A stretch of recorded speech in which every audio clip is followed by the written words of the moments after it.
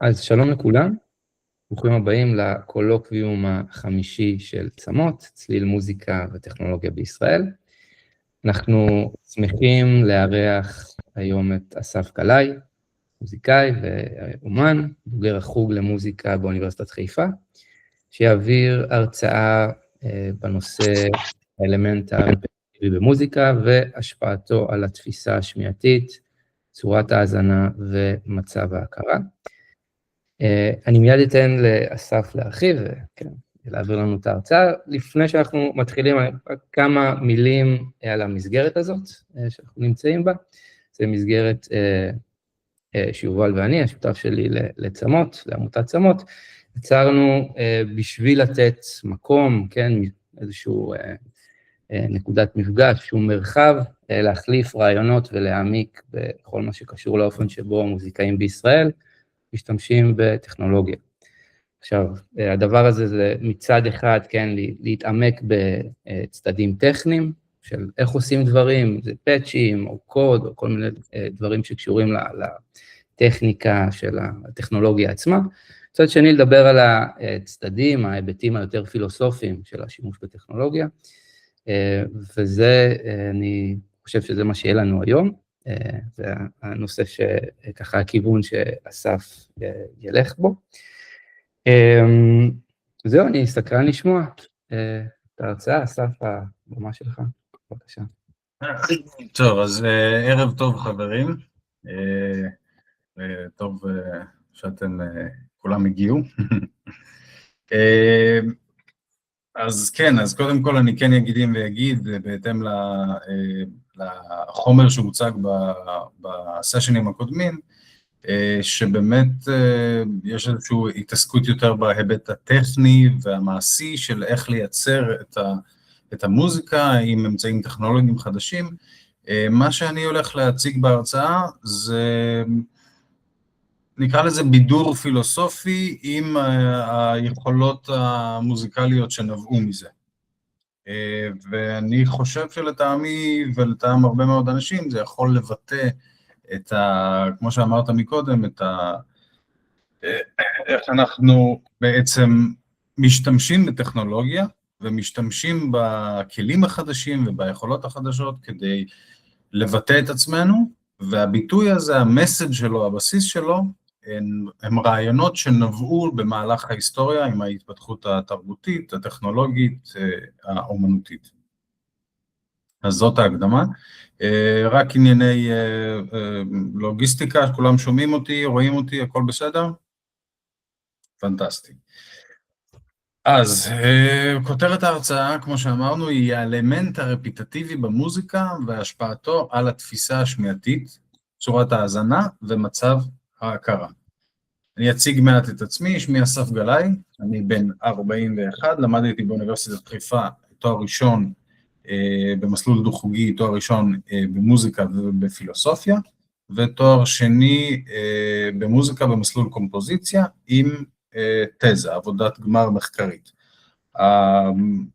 ההרצאה הזאת היא בעצם תמצות הרעיונות שנחשפתי אליהם בעבודה, הרעיונות שהכי ריתקו אותי, שהכי העירו את עיניי, עד שהחלטתי לאבד את העבודה לכדי הרצאה סופר מעניינת.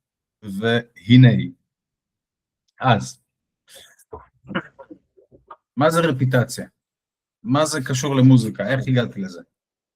אז לרעיון של לחקור בכיוון של הרפיטציה, הגעתי דרך החוויות שלי עם מוזיקת ריקודים אלקטרונית, או באופן בוטה יותר, טרנס וכל נגזרותיו. כלומר, מוזיקה עם אופי רפיטטיבי מודגש, כזה. מסיבה היא לטעמי הסצנה שבה חוויתי את ההתרגשות וההתעלות המוזיקלית בצורה הכי אינטנסיבית. משהו בתערובת הזאת של הערפול החושי, של הרמקולים העוצמתיים, של מוזיקה שלא מפסיקה, עם ההמון שקופץ ומדרבן, אנרגיה, כולם יחד איכשהו העלו אותי השמיים. האם זה בעיקר סמים? או רק סמים? יכול להיות. יכול להיות. תמהיל של מעין יכולת קוגניטיבית מופחתת, ותחושה אופורית, שיחד מייצרים שיפוט ערכי לקוי. יש את הבדיחה הזאת של מה אומר סטלן כשנגמרים הסמים, מה זה המוזיקה הזאת? אז יכול להיות, אבל אז נשאלת השאלה, האם כל אדם שיקח סמים יאהב מוזיקה רפיטטיבית? חופרת שכזאת, התשובה היא כמובן שלא. העולם מלא באנשים שמבחינתם זו לא מוזיקה, או זו מוזיקה מונוטונית, משעממת, דופקת בראש, איפה המילים. חשבתי אחר כך על זה שמוזיקת ריקודים היא מוזיקת אלקטרונית במועדון, או מוזיקה עממית באירועי שמחה, מה שנקרא פולק מיוזיק, היא תמיד נמצאת על איזה מקצב קבוע, ועל איזה מנגינה פשוטה יחסית לזכירה, שביחד הם מדרבנים איזשהו רצון לתנועה. ובאמת זה יראה הגיוני ואינטואטיבי, שמוזיקת ריקודים תהיה מרקידה, שיהיה בה איזשהו כוח שגורם לתנועה.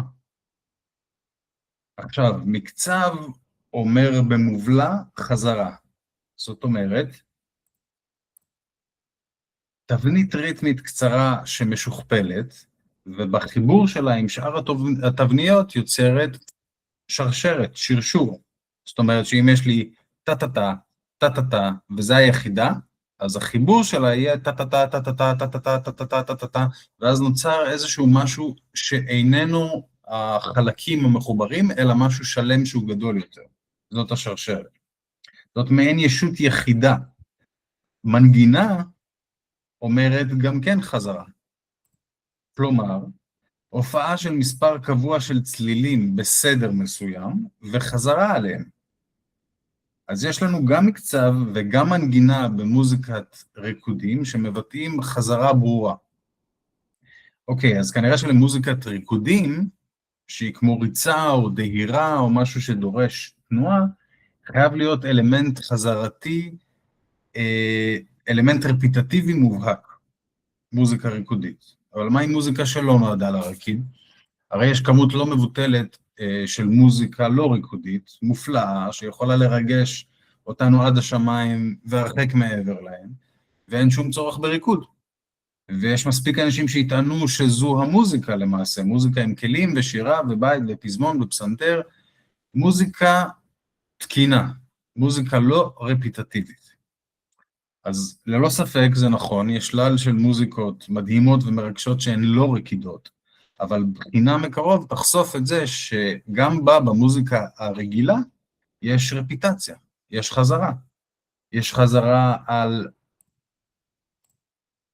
ההתקדמות ההרמונית, יש חזרה על המקצב, המערכות של מקצבים שאנחנו קולטים במהלך הקטע, יש חזרה על המנגינה, יש חזרה בתוך המבנה, בית פזמון, בית פזמון, בית פזמון, במילות הפזמון, במוטיבים, בשילובי הכלים השונים שיוצרים ומאפיינים את הטעם של ז'אנר ספציפי. זאת אומרת, רוק מאופיין במערכת טופים וגיטרות חשמליות, מוזיקה קלאסית בתזמורת קשתות וכלי נשיפה.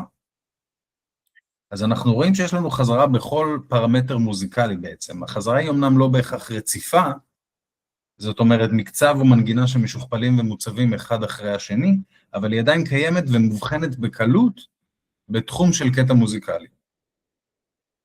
אז סקרתי אחרי זה עוד סגנונות מוזיקליים, הרחקתי לז'אנרים אתניים כדי לראות אולי הרפיטציה איזו תופעה של המוזיקה המערבית, ובדקתי גם סגנונות עתיקים, כדי לראות אולי זה היה צורת חשיבה אחרת על המוזיקה, והבנתי שלמעשה חזרה במוזיקה תימצא בכל ז'אנר. בכל סוג של מוזיקה שנכתבה במהלך ההיסטוריה, בכל אזור גיאוגרפי ובכל תרבות, כל קטע מוזיקלי ששמעתי, זיהיתי פה בקלות אלמנטים של חוזרים, וזיהיתי את הקטע על פי האלמנטים האלה שחזרו, שהופיעו כמה פעמים. זה גילוי מרתק מבחינתי דאז וגם היום, כי הוא מצביע על מכנה משותף, על איזשהו מרכיב חיוני שמשתמשים בו בכל מוזיקה, בכל מוזיקה. אם יש את החזרה בכל מוזיקה, מה זה אומר? זה אומר שאנחנו אוהבים אותה. זה אומר שהיא תורמת באיזושהי צורה למוזיקה ולהנאה ממנה. אוקיי, חוץ מזה הופיעה לי עוד מחשבה, מלבד רפיטציה על אלמנטים בתוך תחום של קטע מוזיקלי, טרק, שיר, אנחנו נהנים מרפיטציה של האזנה. זאת אומרת, אנחנו אוהבים לחזור ולשמוע, לפעמים במשך שנים, את אותו השיר, אותו הקטע, אותה יצירה, אנחנו נהנים לשמוע את אותה המוזיקה שוב ושוב ושוב ושוב. ובוא נגיד, גם אם קראנו את אותו הספר כמה פעמים, או ראינו את אותו הסרט, האהוב שלנו, שוב ושוב ושוב, זה עדיין לא באמת קרוב לקנה המידה של צריכה חוזרת במוזיקה. אנחנו מסוגלים לטחון עכשיו במשך תקופה איזה שיר או אלבום, אפילו עד למצב שתקופה בחיים שלנו תתחבר לנו עם המוזיקה הספציפית ששמענו. אם אני בתאילנד או בהודו או בצבא או בכל אירוע אחר ואני שומע את המוזיקה הזאת, זה איכשהו יתחבר לי עם הדבר הזה, החזרה על זה. אוקיי, אז כל התובנות האלו התחברו אצלי בסופו של דבר לכדי איזה סוג של הערה בדבר המוזיקה, כי מעולם לא שמעתי לפני זה, גם בשנות לימודיי וגם לפני זה בהתעסקות שלי עם מוזיקה, איזשהו מישהו מזכיר את התפקיד של החזרה, של הרפיטציה, או אפילו מתייחס לקיום שלה, בכל מוזיקה היא נמצאת בכל מוזיקה. והנה פה מחביר לי פתאום שהחזרה היא בעצם לא איזו תופעת לוואי קומפוזיטורית, הלחנתית, מעין משהו שקורה לפעמים יותר ולפעמים פחות, בהתאם לאופי המלחין. החזרה היא הסוכן הסמוי שאחראי על החיבור של היצירה. היא הדבק שמדביק את כל החלקים עד להיווצרות המוצר המוזיקלי. היא המאפיין הבסיסי של מה שאנחנו קוראים לו מוזיקה. ולראיה, תפיסה השמיעתית. נחשוב מה עושה חזרה. חזרה על משהו, על דבר כלשהו, שכפול של הדבר, מדגישה ומבססת את הקיום שלו. את ההימצאות של אלמנט או אירוע. אלמנט יכול להיות כל צורה שנחשוב עליה, כדור, עלה, עת, עיגול, ריבוע. אירוע יהיה איזשהו טווח זמן שאנחנו תוחמים אותו, שיתרחש בו משהו. לדוגמה, אני שותה קפה כל בוקר, אתמול שתיתי קפה, היום שתיתי קפה, תחום בזמן, אירוע. אז חזרה על משהו, על דבר כלשהו, שכפול שלו, מדגישה ומבססת את הקיום שלו. בחיים אנחנו משערים הופעה של אירועים עתידיים, על פי שקלול הסתברותי של אירועי עבר. שוב, בחיים אנחנו משערים הופעה של אירועים עתידיים שעשויים להגיע, על פי שקלול הסתברותי של אירועי עבר. כלומר, חוויתי מספיק פעמים שבהם השמש זרחה בבוקר, אניח שזה יקרה גם מחר. או דוגמה פחות טריוויאלית, מספיק פעמים ישבתי על כיסא והוא לא עלה באש בפתאומיות, או יצאו ממנו דוקרנים, אניח שהוא ימשיך בדרכו. אם יקרה איזה יום שאני אשב על כיסא והוא כן יעלה בלהבות, אני אצטרך להכניס את התופעה הזאת לשקלול ההסתברותי של העתיד, ובכל פעם מעכשיו שיבוא לשבת על כיסא, אני אצטרך לחשב אם הוא כיסא בטוח או כיסא זדוני. זה שקרה הרבה פעמים עשוי לקרות שוב, וזה הנדיר לא סביר שיופיע. אנחנו יכולים לחשוב על הדוגמה הזאת של הקורונה. לפני שהייתה קורונה, לא יכולנו לתאר לעצמנו שיהיה איזושהי מגפה שתשאיר אותנו בבית, שתגרום לנו לכל מיני כאלה דברים. ברגע שזה קרה, זה נכנס עכשיו לשקלול שלנו של אופציות שיהיו בהמשך בעתיד. כמו שאם ינחתו חייזרים, כמו שאם יהיה איזשהו מערך, איזושהי תופעה קטסטרופלית, או שבירה פתאומית של החוקים שהתבססו, יכניסו אלמנט חדש לשקלול, וידרשו מאיתנו עכשיו לשקלל את זה מחדש, כמו עם הכיסא שעשוי להיות עכשיו, כל פעם שאני אתיישב על כיסא, אני אחשוב עכשיו מה הכיסא יעשה לי.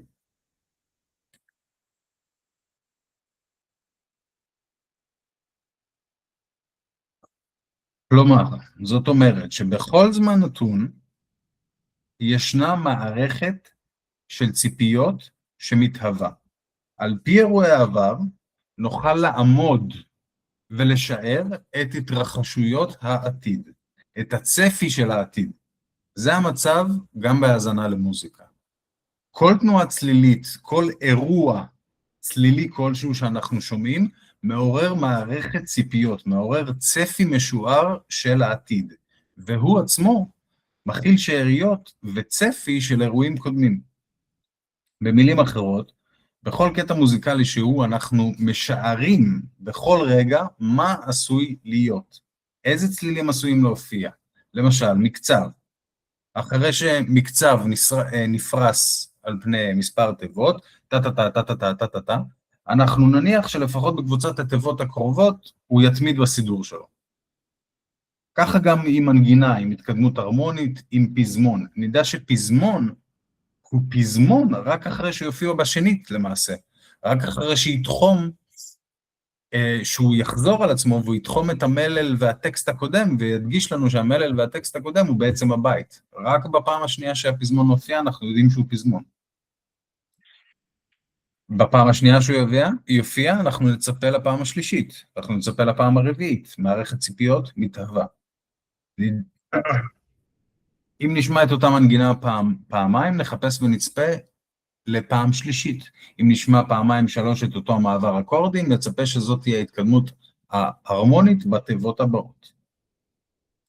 חוקר בשם דיוויד הורון, שעוסק בפסיכולוגיה ובקוגניציה של המוזיקה, טוען שקיימת מערכת תגמול ביולוגית שנוגעת לצפי שמומש, והיא בעצם מעודדת ומתנה את הקוגניציה להמשך פעילות שכזאת, להמשך ניסיון לצפות במדויק את העתיד. יכול להיות שזה קשור לאיזשהו עניין תכנון הישרדותי, הצלחה בשרידות בגלל צפי מוצלח. אם אני יודע שבשלב הזה בשנה יש לי תירס בתחתית העמק, או בשלב הזה בשנה יש לי זאבים, אני יודע להימנע מזה וללכת על זה. מחקר מ-2005 בדק את היכולת של אנשים לזכור את הצלילים שעומדים להגיע, הצלילים שהולכים להגיע במנגינה שהושמעה להם לאחרונה. זאת אומרת, הושמעה לנבדקים מנגינה פעם אחת, ואז פעם שנייה, ולאחר מכן הושמעו רק 2-3 מהצלילים הראשונים של אותה מנגינה, והנבדקים היו צריכים להשלים את ההמשך. התוצאות הראו צפי ברמת דיוק גבוהה של הצלילים שהולכים להופיע, זאת אומרת, צפי נכון של אירועי עתיד. במקרה הזה, צלילים שהולכים להישמע, שהולכים להופיע, יתאפשר בגלל היכרות חוזרת עם הקטע, בגלל ההשמעה החוזרת של המנגינה, שוב, באותה הדרך שאנחנו עושים בחיינו. אנחנו יודעים למשל מחוויית ההאזנה של מוזיקה שמוכרת לנו, שנחשפנו אליה הרבה פעמים, יכולות להיות איכויות שמעוררות רגשות. היא עשויה להיות מחוברת עם איזו סצנה שבה שמענו את המוזיקה בפעם הראשונה, או במקום שאנחנו שמענו את המוזיקה הרבה פעמים, מקום עבודה, בית ספר וכאלה, ותוך רגע לעורר את סט התחושות שליוו את החוויה המקורית, ובמקרים רבים שמיעה חלקית של רק כמה מצלילי הקטע תספיק בשביל לדמיין, באופן בלתי נשלט אפילו, את שאר השיר. זאת אומרת, אם אני אזמזם עכשיו, Country road, take me home to the place, זה יהיה מאוד קשה לו לשמוע את השיר לפני השנה, זה ספציפית נתקע לי איזה שבועיים בראש. אנחנו מכירים את התופעה הזאת של שרשור צלילים, של קשירת צלילים לכדי מנגינה, בצורה של שיר שנתקע לנו בראש וממשיך להתנגן שוב ושוב ושוב, ולפעמים במשך זמן ללא שליטה. זה נקרא באנגלית earworm, תולעת אוזן. הכוונה בללא שליטה היא, שכשיוצג תחילתו של משפט משיר בראשנו כשמיעה פנימית, או כגירוי חיצוני, משהו כמו יונתן הקטן, זה יהיה כמעט בלתי אפשרי שההמשך שלו, רץ בבוקר אל הגן, לא יתנגן בראשנו. דוגמה אחרת, לא שיר שנתקע בראש, אבל עדיין ביטוי לקשירה של צלילים. אם נתבקש, לפני עידן ה-Chat GPT והדברים הללו, מי שנות ה-40 ומעלה, אז אם נזכר בבית ספר, אז אם נתבקש במבחן באנגלית למצוא מילה במילון שמתחילה באות P, אז לא מעט מאיתנו ישירו בלב בזריזות, A, B, C, D, F, G, H, I, J, K, L, M, N, P, עד שנגיע לאות המבוקשת. זאת אומרת, נוכל להיזכר במיקום של האות רק כשנשיר את כל התנועה הצלילית. איך זה? זה הרי לא המצב במימד הוויזואלי.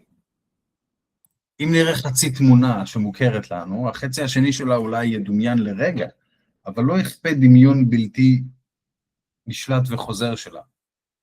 או אם נרצה להיזכר איזה צבע המקטרת של ואן גוך בפורטרט מסוים, לא נתחיל מההיזכרות בקצה התחתון של התמונה, וזה יזכיר לנו את שאר התמונה. נראה שלרפיטציה המוזיקלית, במקרה הזה, מספר פעמים של שמיעת אותו שיר, יש את היכולת לקשור את הצלילים יחד לכדי מקשה, שמשאירה רושם חזק יותר על הזיכרון, מאשר כל צליל כשלעצמו. ובדרך הזו היא כופה, היא מכריחה את המשך השרשור המדומיין של הצלילים עד לסוף הקטע. ככה בעצם הנבדקים בניסוי לא היו מודעים לזה שיש להם את היכולת לשלוף את התשובה הנכונה. המנגינה בעצם הוטמעה בהם בשלמותה. זה כמו שנזכר נשמע איזה שיר של פתיח מסדרת ילדים, שלא זכרנו את זה ולא חשבנו על זה שנים, ופתאום זה כאילו, אנחנו מעלים את זה ברוב, זה מחשף אותנו, אנחנו יכולים לשיר את זה בלי לחשוב על זה. הזיכרון המוזיקלי דורש בעצם רק קצה חוט, והחוט הזה מחובר לשאר הקטע. הזיכרון לא שם לב לצלילים יחידים, הוא קולט רצף, וברגע שהרצף נשלף מהארכיון, אי אפשר לשלוף אותו חלקית. לדמיין אולי שהזיכרונות הן כמו ארכיון עצום שנמצא מאחורינו, ונגיש רק לנו. אנחנו לא נוכל להוציא מהארכיון דף יחיד, או רק כמה. ברגע שנרצה לשלוף דף אחד, כל הספר ייפול פרוס לפנינו. בניסוי אחר, הושמעו לנבדקים תאים צליליים קצרים, חיבור של כמה צלילים שחוזרים על עצמם במשך שלא עולה על 3.5 שניות. ותאים ארוכים שחוזרים על עצמם במשך שעולה על 3.5 שניות. כולם מאותו הקטע.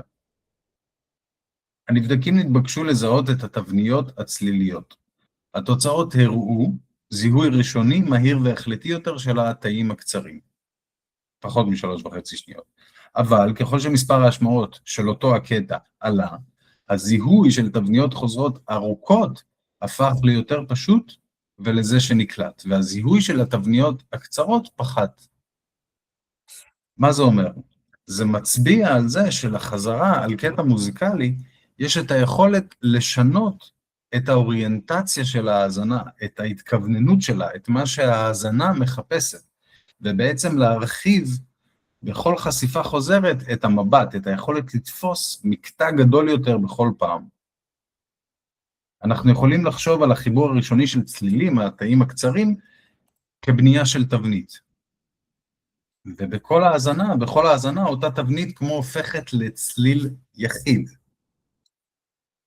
לאבן הבנייה החדשה שלא צריך שוב להתעמק בהרכב שלה. באותה מידה שכמה חלקיקים מרכיבים את האטום, וכמה אטומים מרכיבים מולקולה, וכמה מולקולות מרכיבות תא, וכך הלאה. מספר צלילים הוחדו לידי קבוצה, שהיא עכשיו מתפקדת כיחידה מורכבת חדשה, כאבן בנייה חדשה, והיא יכולה להתחבר עם אבני בנייה אחרות במידותיה. שגם כן מורכבות כמובן מכמה צלילים. אז החיבור של כמה קבוצות, צלילים, ייצור שוב קבוצה גדולה יותר מורכבת. נראה שלתפיסה, perception, שלנו יש מעין אינסטינקט או רפלקס או נטייה שהיא כל הזמן מחפשת להרחיב את המבט. ככל שמתרחקים מהתמונה, שמרחיבים את המבט ותופסים קבוצה גדולה יותר, מקטע גדול יותר, יש אפשרות לתפוס חוקיות יותר גדולה. ובסוף את האסתטיקה של הקטע. אסתטיקה היא אוסף החוקיויות, התבניות והאלמנטים שמרכיבים יצירה. כשאנחנו קולטים את זה, אנחנו קולטים בעצם את הלוגוס, אנחנו קולטים את החוקיות של העולם שניסינו לברוא. ניקח דוגמה לא מוזיקלית. אם נטייל בשטח מיוער, ונבחין בעצים ושיחים, ענפים, עלים, שורשים, סלעים, כל אלמנט גדול, נאמר עץ, יובחן אז כמורכב מאלמנטים קטנים משוכפלים שאופייניים רק לו. זאת אומרת, העלים שלו יהיו בצורה אחידה, הענפים יימתחו בכיוון מסוים, הפירות שלו יהיו בצבע מסוים, התפיסה של העץ כישות יחידה תתאפשר רק כאשר נזהה את השכפולים של האלמנטים הקטנים שמרכיבים אותו, ואת החיבור שלהם עם אלמנטים משוכפלים אחרים. וככה נוכל לקבוע שאוסף האלמנטים המשוכפלים ששזורים בצורה א', הם שמכתיבים מיהו עץ אלון, לעומת אוסף אלמנטים משוכפלים אחרים ששזורים בצורה ב', והם שמכתיבים מיהו עץ אלה. ההתעסקות אז באלמנטים הקטנים תנוע באופן טבעי להסתכלות רחבה יותר על האלמנטים הגדולים, זאת אומרת עץ, שיח, כלומר נשים לב פחות לעלים ולענפים ויותר לעץ עצמו. ואז אותו התהליך יקרה שוב. העץ יתפקד עכשיו כאלמנט הקטן יותר, שהתפיסה מחפשת אלמנטים דומים וזהים לו, ומחברת אותם ומבדילה אותם מאוסף אלמנטים אחרים. ושוב, תזוהה חוקיות שהיא פריסה של צמחייה דומה ושונה, שנתייג אותה כיער. החזרה על משהו, על אלמנט והחיבור שלו עם אלמנטים משוכפלים אחרים, יוצרת את האפשרות להבנה אסתטית יותר ויותר רחבה, כיוון שהתפיסה באופן טבעי מחפשת דמיון, הזהות, שוויון, וכשהיא מצאה, היא מקבצת את הדומים באופן טבעי לקבוצה, שהיא עכשיו בפני עצמה אלמנט שאפשר לשכפל ולאחד לכדי קבוצה גדולה יותר. פה נחשפת עוד פעולה, עוד יותר סמויה, אפילו של החזרה. לחזרה יש את היכולת לפסק ולחלק ליחידות. כלומר, אלמנט או תבנית, זאת אומרת עלה, עלווה, מובחנים ככאלה, רק מתוקף ההופעה החוזרת שלהם. אני אזהה את העלה כעלה, כצורה מוגדרת, רק כאשר הוא ישוכפל.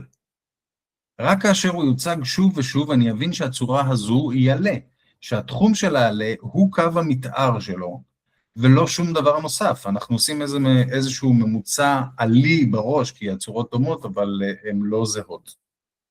הקטלוג והזיהוי של משהו כדבר, כ-something, כישות, כאלמנט, כישות נפרדת משאר הדברים, אפשרי רק לאחר ההפרדה שלו משאר הדברים. זאת אומרת שכדי לזהות עלה, אני צריך לתחום בראש ברעיון את הצורה שלו, ואז להגיד, הצורה התחומה הזו היא עלה, וכל צורה דומה תהיה גם כן עלה. הדרך שהתיחום הזה מתבצע, שההפרדה הזאת מתבצעת, היא באמצעות החזרה. מתוקף השכפול של הצורה הספציפית, אנחנו מבינים בקלות שזו צורה, שזו ישות נפרדת משאר הדברים שקורים. לא רק שהחזרה מחלקת ומפסקת ומראה מיהו אלמנט בקטע מוזיקלי, היא באותה נשימה מלמדת ומכווינה האזנה. בעצם התיחום וההדגשה של מהלך היא בעצם אומרת שצריך לשים לב לאזור הצלילי התחום הזה, שזה אזור עם פעילות חשובה. לדוגמה, אם הופיעה מנגינה פעמיים, החזרה מכווינה אותנו לזה שעלינו להיות ערניים ומוכנים להופעה שלישית, ורביעית, שוב, מערכת ציפיות, נזכר. היא מלמדת בעצם מהם האזורים שצריך לשים לב אליהם. נזכר בהתחלה, מה עושה חזרה? חזרה על משהו מדגישה ומבססת את הקיום שלו, כלומר, הופכת משהו ליותר חשוב, לשים לב אליו יותר. אפשר להבחין בזה, לתופעה הזאת, בהאזנה לסגנון מוזיקלי שלא מוכר לנו. לז'אנר שאנחנו לא מכירים. ההצעה של סגנון חדש כאילו מחויבת לחבר את עצמה לרפיטציה, בשביל ההבהרה של אוצר המילים, בשביל איזושהי החזות של המאזין. המאזין מבקש, גם אם לא במודע, את הגילוי והפענוח של האסתטיקה החדשה. של הסגנון החדש. ההבנה של אוצר מילים חדש, של דרך הבעה חדשה, של אסתטיקה חדשה, מתחילה בזיהוי של מאפיינים, של אלמנטים מזהים שהם כאמור הוכרו ככאלה, אחרי שהופיעו מספר פעמים. עוד כוח של הרפיטציה שנחשף פה הוא הדרך שבה היא, הרפיטציה, מבססת קשר תחבירי במוזיקה. היא מראה סוג של היגיון דקדוקי ורציפות, ולא בגלל משמעות והיגיון נלווים כמו בשפה, אלא מתוקף פעולתה. אני אסביר. בשפה, ההיגיון התחבירי נובע מחוקי השפה, זאת אומרת, יש לנו נושא, נשוא, שמו תואר, והכל צריך להתחבר לכדי משפט בעל היגיון מסוים. המוזיקה לא מורה כמו השפה על משמעות חיצונית. כלומר, אני רוצה לשחק כדורגל מחר, זה אוסף אקראי של צלילים שמבטאים רעיון מסוים שאיננו קשור לצלילים. בשפה אחרת זה יהיה אוסף אחר של צלילים. למוזיקה אין רעיון שהיא מבטאת, מלבד במקרים של מוזיקה תוכניתית. היא לא מורה על רעיון חיצוני, אלא היא פשוט מציגה פריסה של תנועה אנרגטית מסוימת. אפשר לומר שהיא מורה על עצמה, ולכן התחביר וההיגיון שבה מובהרים באותו הרגע. ניקח דוגמה. נחשוב על חיבור צלילים מסוים שהושמע בפעם הראשונה, שהוא יכול להיות צורמני ולא יפה ולא נעים, ולא מתאים לנו. אבל, כשהוא יושמע פעמים נוספות, נבין שזה החיבור התקני, שזה החיבור הנכון, שזו הדרך ההגיונית הנכונה, התקינה תחבירית. החזרה בעצם מבהירה את ההיגיון התחבירי, בזה שהיא למעשה מלמדת את השפה של הקטע בזמן ההאזנה. היא אומרת, כל מה שחוזרים עליו הוא אוצר מילים, הוא השפה. זה חתיכת כוח. זה בעצם הכוח ליצור דרכי ביטוי, לבסס אסתטיקות. זה נכון, כי חזרתי על זה כמה פעמים. זה יפה, כי זה משוכפל. מדברים את השפה הזאת תקנית, איך שמדברים את השפה הזאת. אם אני רוצה להגיד תאילנדית, אם אני רוצה להגיד בעברית, אני רוצה להגיד בכל דבר אחר. הדרך שהשמיעו לי את זה, זאת הדרך שעושים את זה. וזאת הדרך שאני לומד איך זאת השפה הנכונה. על ידי חזרה על אלמנטים מזהים. מה עוד החזרה עושה? אז מלבד היכולת של החזרה לקשור צלילים לכדי תבנית, ולבסס תחביר, ולהגדיר מיהו אלמנט, החזרה מסייעת למוזיקה ככלי עזר לזיכרון. המוזיקה היא תופעה חולפת, חומקת, היא נעה על פני המדיום של הזמן, וקשה לזכור בשמיעה היחידה מהלך או מהלכים בה. השמיעה החוזרת מאפשרת אז הטמעה של המהלך בזיכרון. עד סוף המאה ה-18 הייתה פרקטיקה נהוגה במוזיקה קלאסית, והיא לחזור על הפרק הראשון בצורת סונטה. כלומר, בפרק הפותח הוצגו שתי מנגינות שהתחילו את הסיפור, ואז במקום להמשיך עם העלילה, היו חוזרים להתחלה ומנגנים את כל הקטע שוב.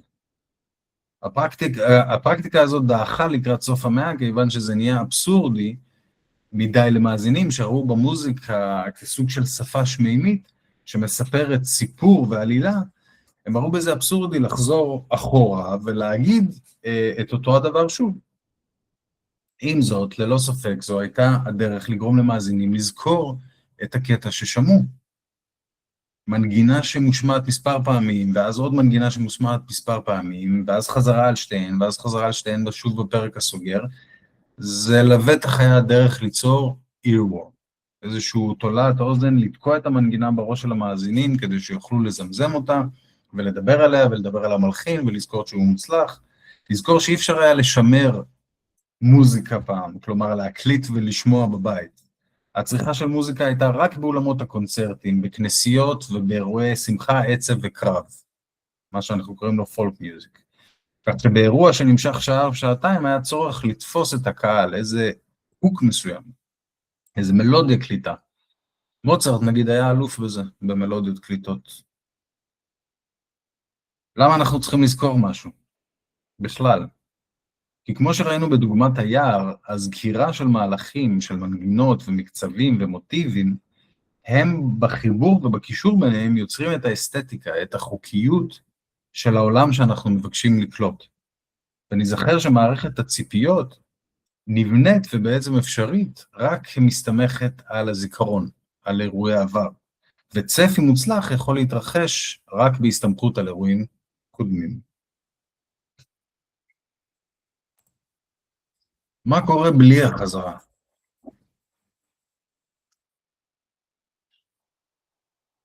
אמרנו שרפיטציה קיימת בכל ז'אנר מוזיקלי ובכל תרבות ובכל זמן ומקום. עם זאת, ישנם סגנונות מוזיקליים שנוצרו בכוונה תחילה כדי להתנתק מהטעם המוזיקלי התקני, שהתבסס במשך 250 שנה, ובמודע ובמכוון ביקשו להימנע מחזרה. מהו אותו טעם תקני, מוזיקלי נכון? מוזיקה טונאלית. טונאליות היא מערכת לארגון צלילים שבנויה על היררכיה סולמית. זאת אומרת, יש את הצליל הראשי, שהוא הצליל הראשון בסולם, והוא החשוב ביותר, ושאר הצלילים בסולם יוצרים דרגות שונות של משיכה ביחס לצליל הראשון. מה זה משיכה? קנטיות, איזשהו משהו מובנה בפיזיקה של הצליל. הכוונה היא שיש תחושה שצליל מסוים רוצה לנוע, לזוז לכיוון צליל אחר. בזריזות הצליל הראשון הראשי נקרא טוניקה, והוא כמו הבסיס, הבית, שצריכים להתחיל ולסיים עליו, ולכן הוא ייחשב כסטטי, רגוע, לא פעיל. הצליל החמישי נקרא דומיננטה, והוא במרחק כזה מהצליל הראשון, שהוא גורם להכי הרבה תחושה של פעילות, של תנועה. על רגל אחת המערכת הטונאלית היא משחק / מאבק בין המצב הפעיל למצב הסטטי, בין הדומיננטה לטוניקה, בין דיסוננטים לקונסוננטים. המאבק הזה של הפכים והחיוב להתחיל ולסיים על הטוניקה, יצרו נרטיב סיפורי עלילתי למוזיקה. זאת אומרת, יש לנו את הבית, את הממלכה, היא הטוניקה, ויש את היציאה ממנה אל כל מיני הרפתקאות, זה הדומיננטה ושאר הצלילים. אך בסוף המסע ישוב הגיבור לממלכתו, אחרי שהציל את הנסיכה, שחט את הדרקון, שרף את הטבעת, הדו היא שיחזור להיות דו. וזה יצר איזשהו מצב של, תמיד יש פה נרטיב סיפורי של הפכים שמתנגדים, שיש ביניהם איזשהו פרוטגוניסט-אנטגוניסט. זוהי המערכת הטונאלית, וזו המערכת ששלטה בכתיבה של המוזיקה המערבית מאמצע המאה ה-18 ועד תחילת המאה ה-20. הרוב המוחלט של מוזיקה שאנחנו צורכים הוא טונאלי, אם זה מוזיקה קלאסית או אם זה מוזיקת פופ. ארנולד שנברג היה מלחין אוסטרי-אמריקאי, והוא הדמות המרכזית בפיתוח של המערכת האטונאלית, הלא טונאלית, האנטי-טונאלית. זוהי שיטה חדשה משנות ה-20 של המאה ה-20, לארגון צלילי שלא נסמכת על היררכיה סולמית, על משיכה של צלילים מסוימים לאחרים, ועל מאבק בין צלילים טובים ורעים, מרווחים טובים ורעים. שנברג יצר מערכת שבה 12 הצלילים שבאוקטבה, שבחלוקה המערבית, שווים בערכם. אין צלילים חשובים יותר או פחות, ישנה סדרה, רצף של צלילים שנבחרו על ידי המלחין, זה יכול להיות 9, 10, 12 צלילים, ויש איסור על חזרה על אחד מהצלילים שבסדרה עד לסיומה. והמוזיקה היא בעיקרון מופעים של אותה הסדרה, אבל עם שינויים על פי סט מסוים של חוקים. האיסור על חזרה על צליל בתחום של סדרה גרם לכך שהמוזיקה שנוצרה הייתה יותר סבוכה. בהכרח היו יותר צלילים, היה קשה למצוא בנקודות משען, איזושהי קרקע צלילית רעיונית שמאפיינת את היצירה. איזה מנגינה, איזה הוק, איזה משהו שייחודי רק לקטע. והשוויוניות של הצלילים ביטלה את התחושה של מאבק, את המתח וההרפאיה שמתהוון במשחק של דיסוננט-קונסוננט. ותוך כך היא ביטלה את ההבדלה בין חלקים חשובים לחלקים פחות חשובים. הכל חשוב, או בהיפוכו, שום דבר לא חשוב.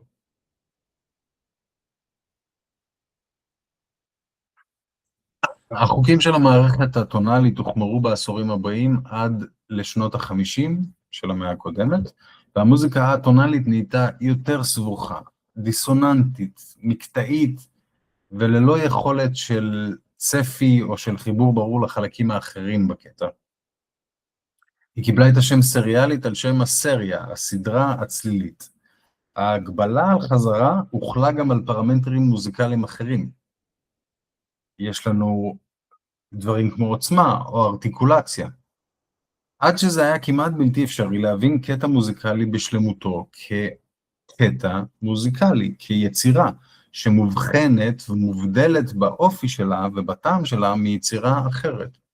וכך לדוגמה את היי ג'וד, אנחנו נזהה את היי ג'וד בכל סוג של ביצוע. יש לזה מאפיינים מזהים, למרות שזה מוזיקה פופולרית, וזה הרבה פחות מורכב ממה שאנחנו מדברים פה, עדיין יש לזה מאפיינים שלא משנה באיזה בר אנחנו נשמע את זה, באיזה וריאציה אנחנו נזהה שזה השיר. אני רוצה שנשמע עכשיו איזשהו קטע קצר של structure של פייר בולז.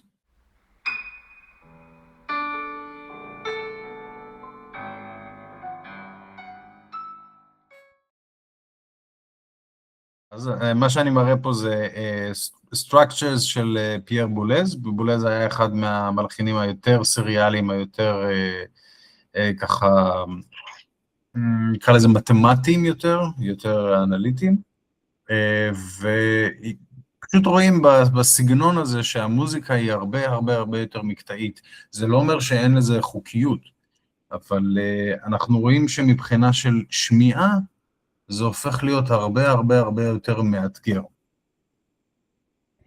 על כן, שנברג, זה שרקח את המערכת האטונלית, אחרי שנים של התעסקות והתחבטות במערכת החדשה, אמר, מובנות במוזיקה נראית כלא אפשרית ללא חזרה.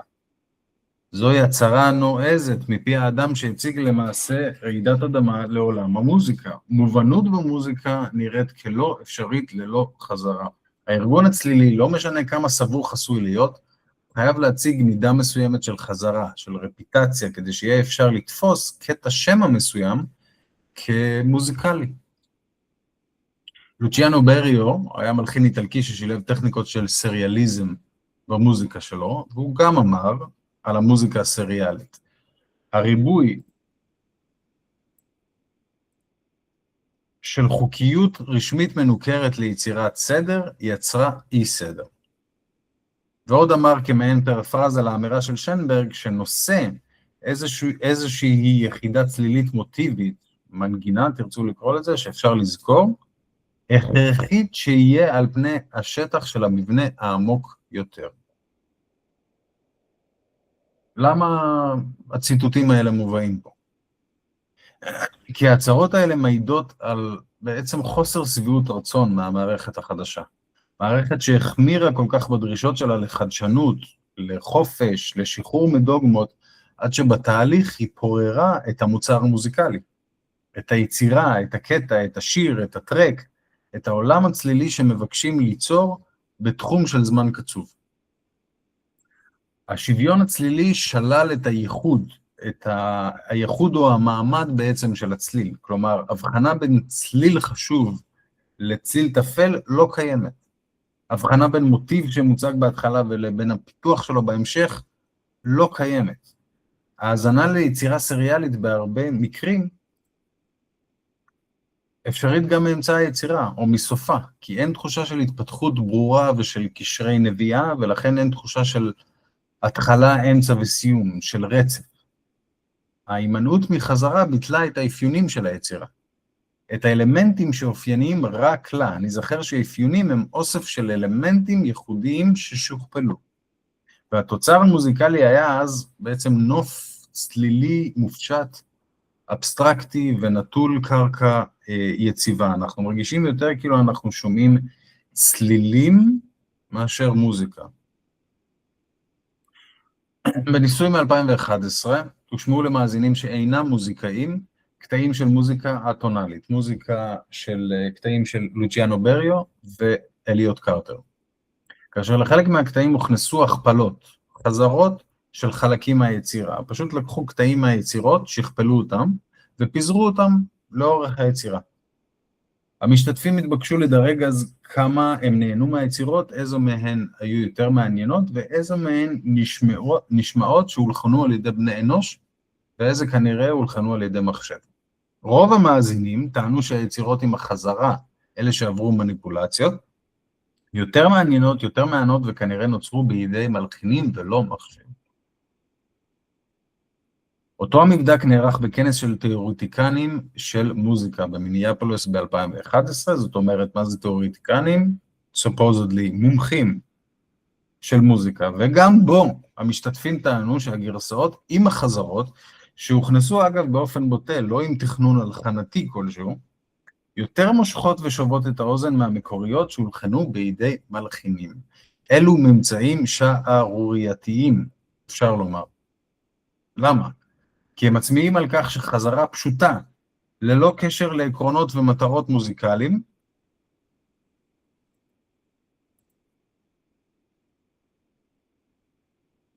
ובלי שום התייחסות לאיכויות אמנותיות, יכולה להעלות את רמת ההנאה והערכה מקטע מוזיקלי. פשוט לשכפל איזה קטע ולפזר אותו לאורך היצירה, כבר מהדק את היצירה, והופך אותה ליותר ברת תפיסה ויותר מוזיקלית. יש פה בעצם כלי שיכול לגבש כל קטע מוזיקלי ולהפוך אותו ליותר מוזיקלי, ליותר מעניין ועם אפיונים ושפה ברורה. אני ממליץ לנסות את זה כמו שעשיתי פה עכשיו בציור שנראה מפה, שזה ציור רגיל, לקחתי לו אלמנט אחד, ופיזרתי אותו. זה נותן איזשהו קרקע מסוימת, זה מבסס את השפה של הדבר הזה, ואפשר לעשות את זה עם כל דבר, אפשר לקחת אפילו מומלץ, לקחת איזשהו אוסף, התקבצות של צלילים לא נעימים, לא מסתדרים, ופשוט לשכפל אותם לאורך איזשהו קטע שאפילו לא קשור אליהם, ובעצם זה שהם נמצאים שם, עם הדברים האחרים לא קשורים, זה העולם שנברא, בעצם השכפול שלהם. שינוי בהאזנה. ראינו מקודם בניסוי שבו הוצגו למשתתפים תאים צליליים קצרים וארוכים, איך האוריינטציה של ההאזנה, ההתכווננות שלה, משתנה בהדרגה עם כל חשיפה לאותו הקטע. איך עוד הרפיטציה משנה את צורת ההאזנה, את חוויית ההאזנה?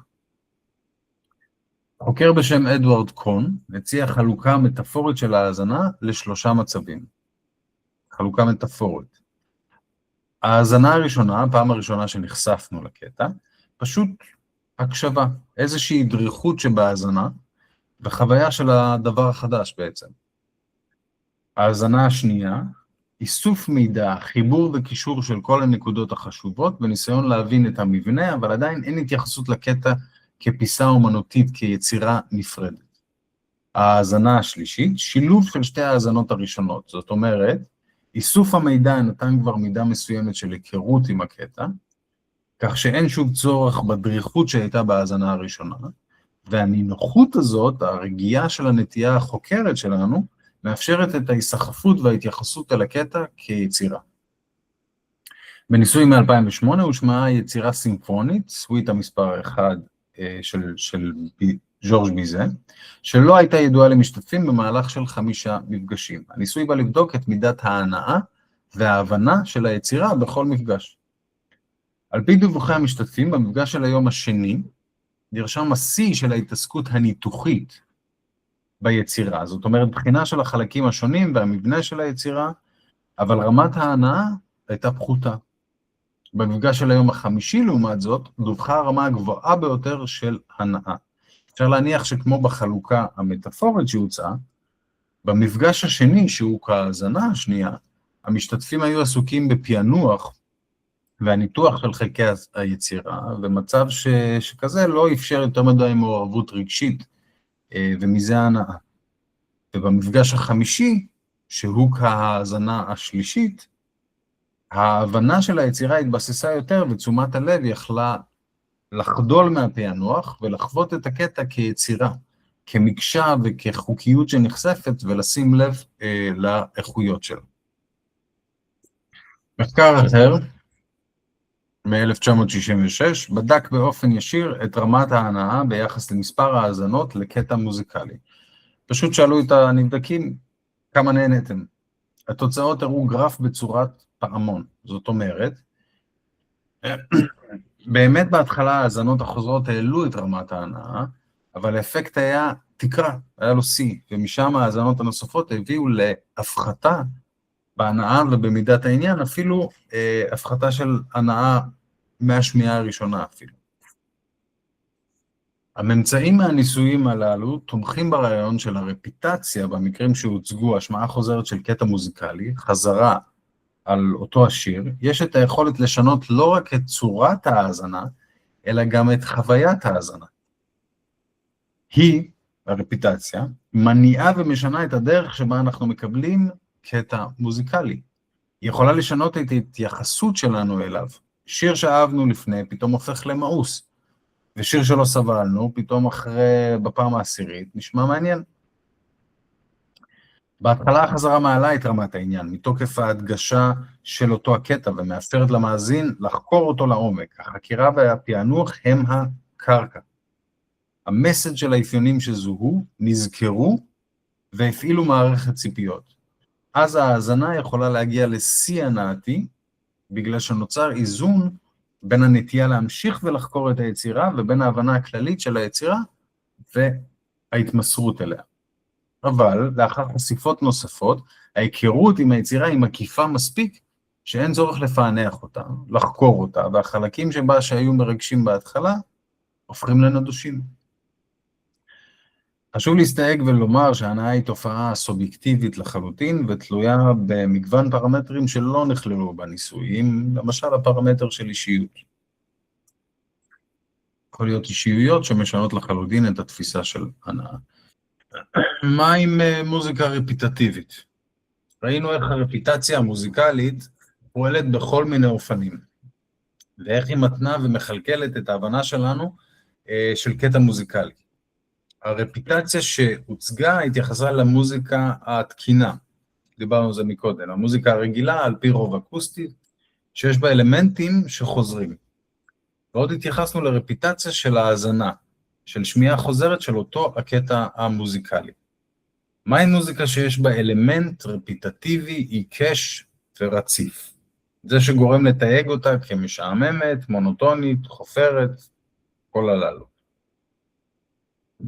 בתחילת שנות ה-60 החלה להתגבש בארצות הברית, תנועה אומנותית חדשה, היא המינימליזם. היא התחילה באומנויות החזותיות, עם אנדי וורהול, קית' הרינג, והתנועה זלגה גם למוזיקה. המוזיקה היא איכשהו תמיד אחרונה בטרנדים אומנותיים. המוזיקה המינימליסטית החדשה תויגה ככזאת, כי היא הציגה שימוש מאוד מצומצם של חומר מוזיקלי, מצומצם בעליל ביחס למוזיקה הסריאלית של אותה תקופה. הדרך שבה המלחינים המינימליסטיים יצרו עניין במוזיקה שמציגה פשטות ודלילות של חומר, היא על ידי שימוש ברור, מודגש ובקדמת הבמה של הרפיטציה. התואר מינימליזם התאים רק חלקית למוזיקה, כיוון שהוא לא הורה על הטעם הייחודי שלה. ההגדרה בעצם רחבה מדי, תחתיה יכולים להיות כל מיני סגנונות, יכול להיות מינימליזם במוזיקה יפנית, במוזיקה הודית, קראו לה גם בהתחלה מוזיקה מדיטטיבית, כי היה לה את היכולת להכניס את המאזינים למצב מדיטטיבי. התואר מוזיקה רפיטטיבית עם זאת היה הכי מתאים, כיוון שהוא באמת העיד על הסגנון והטעם הייחודיים של המוזיקה. זוהי מוזיקה שמאופיינת בתאים צליליים ומקצבים שמשוכפלים עוד ועוד, והם מופיעים ברציפות עד שנוצר שרשור. השרשרת שבנויה מהרבה טבעות, כמו שראינו בהתחלה. השרשור הזה אז נפרס, לרוב לאורך זמן, מה שאגב גם לא מתאים להגדרה של מינימליזם, יש דברים הופעות שהיו לילה שלם, והופעות שהיו גם 3 שבועות. השרשור הזה אז נפרס לרוב לאורך זמן, ויוצר מבנה תהליכי, כלומר שינויים שמוצגים בהדרגה, ויוצרים מעין גלישה בין התרחשות צלילית אחת לאחרת. המוזיקה היא בעצם כמו גל ארוך, או זרם או משהו כמו נחש שנע כל הזמן. באופן פרדוקסלי, התנועה הבלתי פוסקת של אותו הדבר מייצרת תחושה של סטטיות, של חוסר תנועה, וזה בגלל שתנועה מובחנת כשהיא עומדת בניגוד למשהו שהוא אינו בתנועה. הזכרנו את שנות ה-60, אז שנות ה-60 בארצות הברית היו תקופה של שינוי. היו תנועות לשוויון חברתי, והיה שינוי המוני בצורת החשיבה והתפיסה של המציאות, שנבע בחלקו מההופעה של חומרים מרחיבי תודעה, LSD ודומיו. מוזיקת הפופ האמריקאית, רוק וג'אז הייתה בעלייה, וההשפעה שלה זלגה גם למוזיקה הרצינית, האומנותית. כל אלו היו המרכיבים שהביאו את הקרקע שאפשרה את ההיווצרות של הסגנון הרפיטטיבי המינימליסטי. המוזיקה הרפיטטיבית ביקשה למעשה ללמד צורת האזנה אחרת, האזנה שאינה נרטיבית. כלומר, האזנה שלא דורשת זכירה של אירועי עבר, אירועים צליליים, כדי לצפות את אירועי העתיד. האזנה שלא מחפשת מאבק סיפורי בין צלילים וקבוצות צלילים.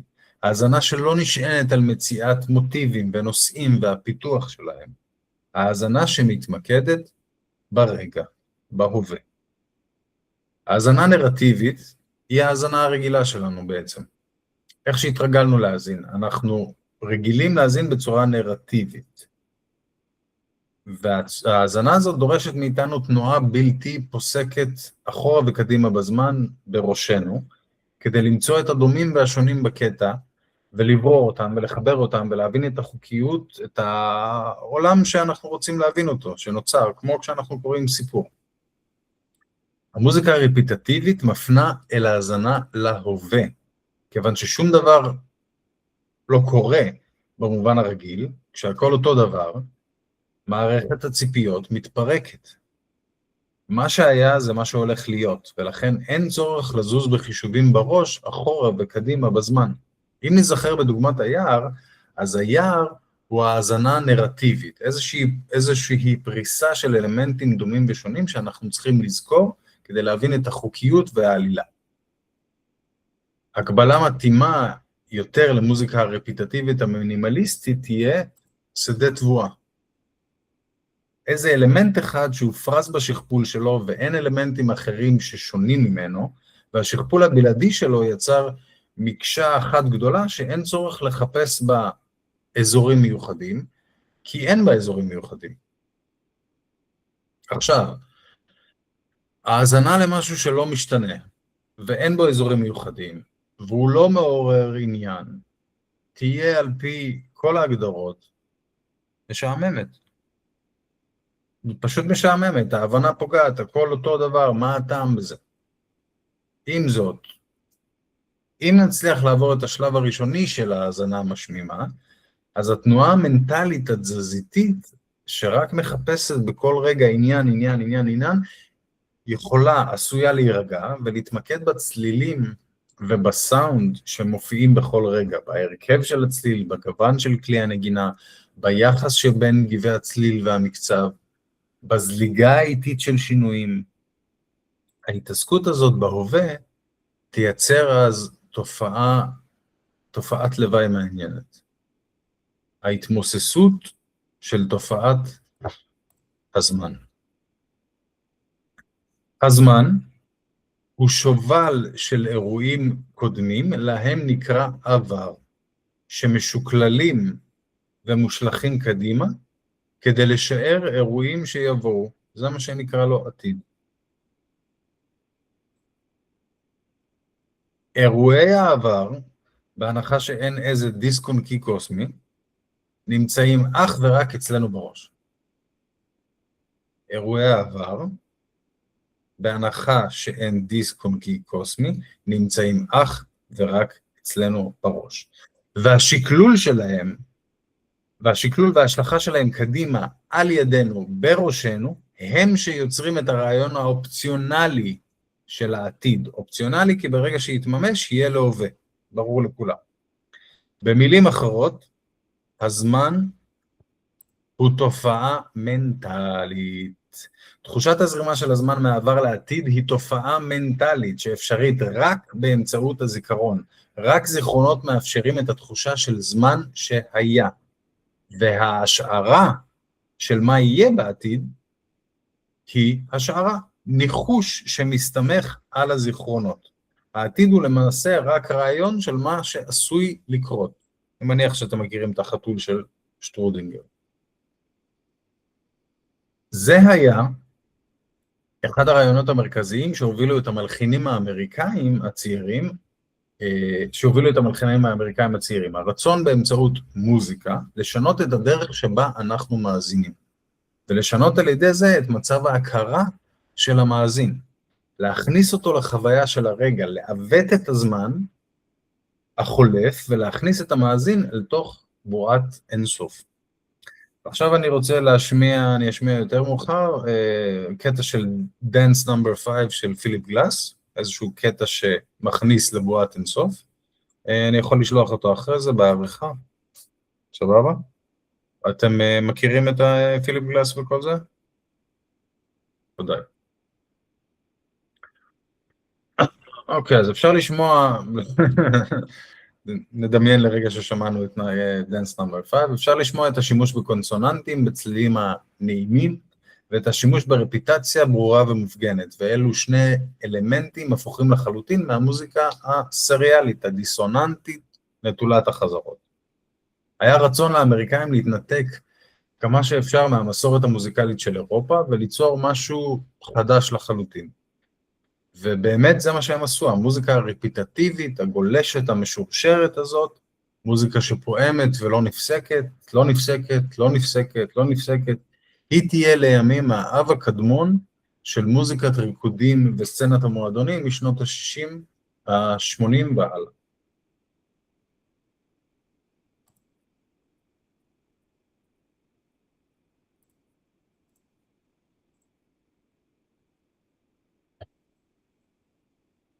רפיטציה במוזיקת ריקודים אלקטרונית. דיברנו בהתחלה על זה שמוזיקת ריקודים צריכה להיות עם אופי אנרגטי רציף. היא צריכה להניע ולדרבן תנועה, ובשביל זה היא משתמשת ברפיטציה. ראינו שרפיטציה יוצרת שרשור ברור של מקצב ותנועה צלילית קלה לזכירה, שמאפשרים רגיעה מנטלית. ומדרבנים תנועה של הגוף, ומדרבנים את ההתמסרות של הגוף. ועכשיו אפשר אולי יותר להבין איך זה אפשרי ליהנות ממוזיקה שהיא חופרת, מוזיקה שמורכבת משכפולים של אותו הדבר. נדרשת צורת האזנה אחרת. צורת האזנה שמוכוונת אל ההווה ולתהליך שנפרס בכל רגע.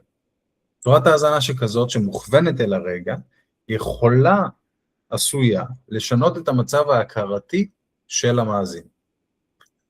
האזנה שמוכוונת אל הרגע, מאפשרת את הרגיעה המנטלית. אמרנו, התנועה הצלילית הפשוטה שמוצגת, מובנת בקלות, והנטייה לחקור ולחפש ולברור, ולהפריד ולאחד, מפנה את מקומה להתמוססות, למעין גלישה כנועה, למעין גלישה על הגל המוזיקלי, לעקיבה פסיבית אחר הגרוב, אחר הברית, אחר המלודיה. המצב הזה, שבו אנחנו כנועים, לא מפעילים כל הזמן החלטות ולא מפעילים ציפיות ורצונות, זה למעשה המצב המדיטטיבי. צמצום של פעילות קוגניטיבית וריכוז עמוק בדבר יחיד. במקרה הזה, מוזיקה. זה אותו השינוי ההכרתי שמתהווה בזמן מדיטציה, הפחתה של פעילות קוגניטיבית וריכוז רציף חודר בדבר יחיד. המצבים ההכרתיים של מדיטציה וטרנס הם שני צדדיו של אותו מטבע. במדיטציה יש הפחתה של גירויים, ובטרנס עודף של גירויים, כדי להגיע למצב ההכרתי השונה. עם זאת, הדרך להגיע אל שניהם היא באמצעות רפיטציה. אם באמצעות חזרה על מנטרה, או בהתרכזות בנשימה, או בטיפוף, או בריקוד, הרפיטציה כמו מובילה אל העולם האחר, אל מקום שבו מימד הזמן מושהה, לא רלוונטי. התחושה של הזמן החולף מתעממת, כיוון שיש פחות שליפה של זיכרונות, וההשלכה שלהם קדימה לצפי, ובגלל שיש פחות פעילות של הזיכרון, תחושת העצמי, סלף, גם כן מתעממת. כשאין שליפה של חומר ביוגרפי בכל רגע, אין בעצם את הסיפור שאנחנו מספרים לעצמנו, את הסרט שאנחנו בטוחים שהוא שלנו בלבד ולכן מזדהים איתו. הסיפור, הנרטיב של חיינו מתעמם, וכך גם התחושה של הסלף, של העצמי. כשאין בכל רגע הזדהות עם העבר ועם הזיכרונות, ורצון לנחש מה יהיה בעתיד, המחשבה, התפיסה, ה-perception באופן טבעי תישאר בהווה, ותוכל להפיק מזה עניין. וכל מי שהתנסה בחייו בריכוז עמוק, אם בהאזנה למוזיקה או בקריאת ספר או בכל פעילות מסקרנת אחרת, יודע שהזמן החולף עובר וטס במהירות. איך זה אפשרי? איך זה ייתכן? זה קורה כי אנחנו לא שמים לב לזמן.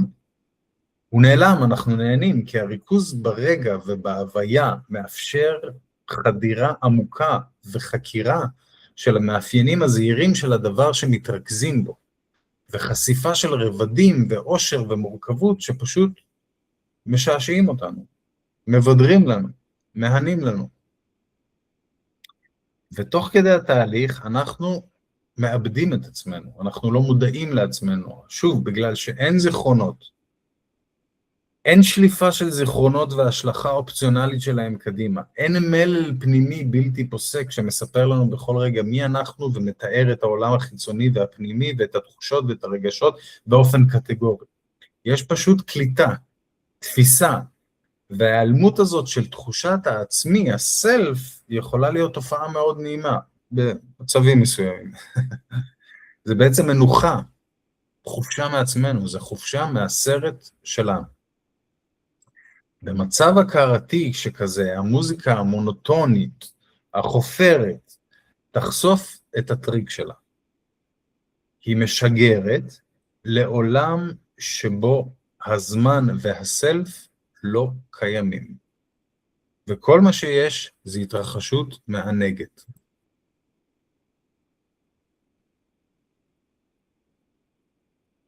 פילוסוף והפסיכולוג האמריקאי וויליאם ג'יימס אמר, שום תיאור של היקום בכללותו יכול להיחשב מוחלט אם הוא מתעלם מהצורות האחרות של ההכרה.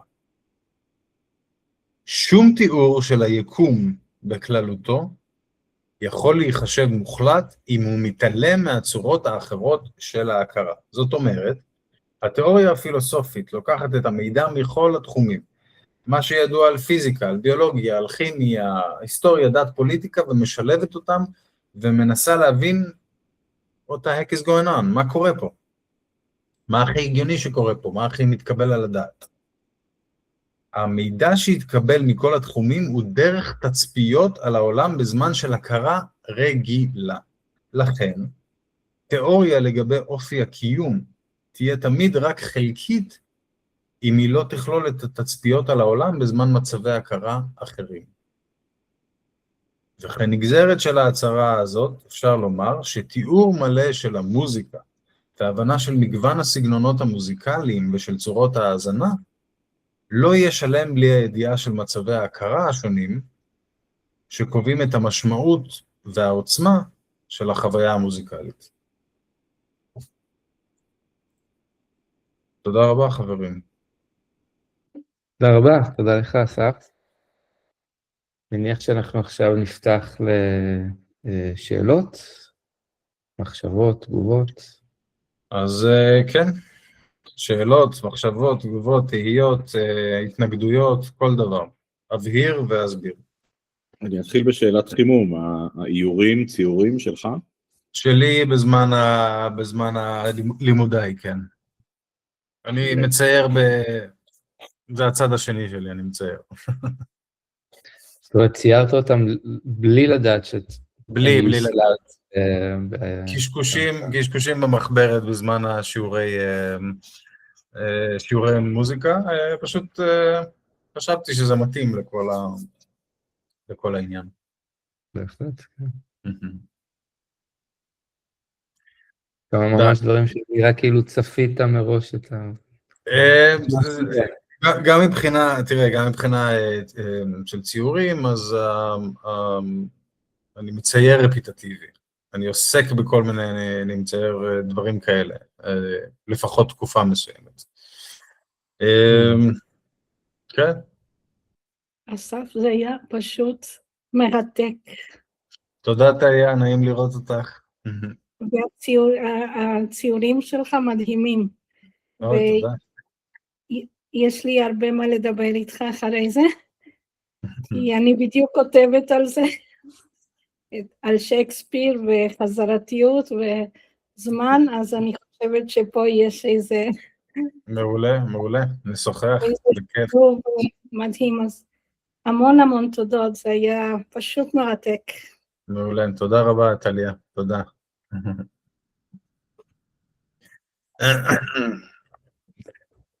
טוב, אני אז ימלא את האוויר בקצת מלל. הסיבה שבעצם העברתי את זה, זה סך הכל עבודת תזה, זה לא איזה משהו שאמור להיות כל כך פשוט. באמת, כשראיתי את הדבר הזה, זה סוג של, הסביר לי איזשהו טריק קומפוזיטורי, של דרך שבה משהו הופך להיות בר תפיסה. ואיך אנחנו תופסים בעצם משהו קטן, אני חושב שבספר של, יש כל מיני הגדרות של, בפילוסופיה של האסתטיקה, מהו משהו יפה, מהו אסתטי, אז אני חושב שההגדרה של, באחד הספרים של ג'יימס ג'ויס, שזה נקרא דיוקן האמן כאיש צעיר, אז יש שם את ההגדרה שלו, שחלק מהדברים של ההגדרה זה שהוא תוחם, איזשהו שלב מסוים, אם זה בזמן או אם זה במסגרת, קודם כל צריך תחימה, קודם כל צריך איזה תחום מסוים, ואחרי זה בתחום הזה אתה צריך לזהות קישורים מסוימים, איזשהם חיבורים מסוימים, וככה אנחנו בעצם קולטים איזשהו משהו כאסתטי, כיפה, וזה בעצם הבסיס של זה, זה סוג של חזרה. זה סוג של, ברגע שאנחנו מזהים דברים דומים, זה נותן לנו איזשהו נוחות מנטלית מסוימת, זה איזשהו סקירה שלנו באופן טבעי שזה קורה. וזה משהו שגרם לי מאוד מאוד להתעסק בדבר הזה. וכמובן מהעולם שאני הגעתי בו, שזה קצת יותר אגרסיבי החזרה, אני תהיתי אחרי כמה זמן, איך אני אוהב את זה כל כך, כי יש דברים מסוימים שיש בהם חזרה שאני לא אוהב כל כך. בתזה עצמה שלי, אני אגיד רק עוד כמה מילים, היא מפורסמת באוניברסיטת חיפה, יש גם סקשן שלם על הקישור של בין פעולות טקסיות לבין חזרה. זאת אומרת, למה אנחנו מנקים איזה משהו באופן טקסי, אם בכנסייה או בכל דבר, אם אין לזה טעם של ניקוי. למה אנשים נכנסים למצבים של OCD, למה אנשים נכנסים למצבים של מה זה חזרה באימון על גיטרה, באימון על פסנתר. אני יכול להעיד על עצמי, נגיד, זה צריך לצאת בשבועיים, חודש הקרוב, איזשהו איפי שארגנתי, שאני מנגן על גיטרה, והחלק הזה שניגנתי על הגיטרה, לקח לי משהו כמו חצי שנה, 7 חודשים לעבוד עליו, בקטע רפיטטיבי. ואני יכול להעיד על הצד האפל של הרפיטציה, שבאיזשהו שלב זה חיבר לי אוסף של מחשבות, ואוסף של, כל פעם שהתאמנתי 4-5 שעות, זה חיבר לי, זה כמו איזו התניה פבלובית, זה ייחד לי את זה, וזה חפר לי את זה לתוך עצמי. עד למצב שאמרתי, אוקיי, אני צריך להפסיק להתאמן על אותו הקטע 4 שעות כל יום, על אותו 2-3 צלילים. אז יש לזה הרבה, בתזה, בוא נגיד, נגעתי ביותר, בהיבטים נוספים של חיי היום-יום. האמת שמעניין אותי באמת הגבול בין רפיטציה שהיא טובה ורעה, נגיד ככה, ואפשר לתרגם את זה לכל מיני, גם מימדים וגם רמות שונות, כן? נגיד הרמה הזאת של אימון, או רמה של חזרה על פני שבועות, חודשים, שנים. העולם, כשהמציאות היא חזרתית בהרבה מובנים, ובין חזרה בתוך מוזיקה, בתוך משהו שהוא, או שהוא קורה בקנה מידה יותר קטן, שאנחנו תופסים אותו במסגרת מסוימת, זאת אומרת, איך נגיד אני תופס מוזיקה טרנס למשל, זה שבין כל החזרתיות יש גם המון נרטיב. זאת אומרת, זה לא יצירות קיצוניות, למשל, כמו של למונט יאנג, שזה יכול להיות שני צלילים שהם לאורך שעה נשמעים, שזה נגיד חזרה שהיא משעממת, או היא יכולה באמת לעורר תגובה של שעמום, ולי מרגיש שמוזיקה טרנס כן משתמשת בכל מיני אמצעים ותחבולות בשביל ליצור עניין, ליצור מין רכבת הרים כזאת, כן? זה לא באמת חזרתי, אז איפה לדעתך עובר הגבול הזה, ומה אנחנו יכולים ללמוד ממנו? שוב, אני מסכים איתך, אני לא חושב שזה נרטיבי, אני חושב שזה תהליכי. אני חושב שיש כל מיני סוגים של טרנס, אבל יש בזה איזושהי תהליכיות מסוימת, אם כן, שוב, תלוי איזה סוג של ז'אנר, אבל אם כן, משהו ברור ומבחן שמתפתח, אני מסכים איתך. אבל הכוונה בטרנס זה במובן הלא גנרי. זאת אומרת, טרנס כתופעה רפיטטיבית, שאפשר להיכנס לזה גם בטיפוף, גם בכל דבר אחר, במנטרה, באיזשהו מצב כזה, כמו שהסופים מסתובבים. איזשהו משהו שהוא מכניס לעודף, לאוברלוד של חושים, של חוויה, שזה פשוט כאילו, כבר אי אפשר להתרכז בדברים אחרים. ספציפית במוזיקת ריקודים אלקטרונית, מה שמדרבן את זה, כמו שאמרתי, הזכרתי בהרצאה, זה הביט, 4 פעימות בס הקבועות האלה, שלטעמי זה מה שמפריע לאנשים, כי הם שומעים את זה. אבל אם נגיד לאנשים, תראו, אם 4 פעימות בס מפריעים לכם, לשמוע את המוזיקה, אז הדופק והפעימות לב שלכם אמורים להפריע לכם מאוד לשמוע את כל המציאות, כי הם נמצאים כל הזמן, והם לא זזים כל הזמן. זה איזשהו ביטוי מוגבר, מוגזם, של הדופק התמידי שלך ושל היקום ושל כל דבר שיש.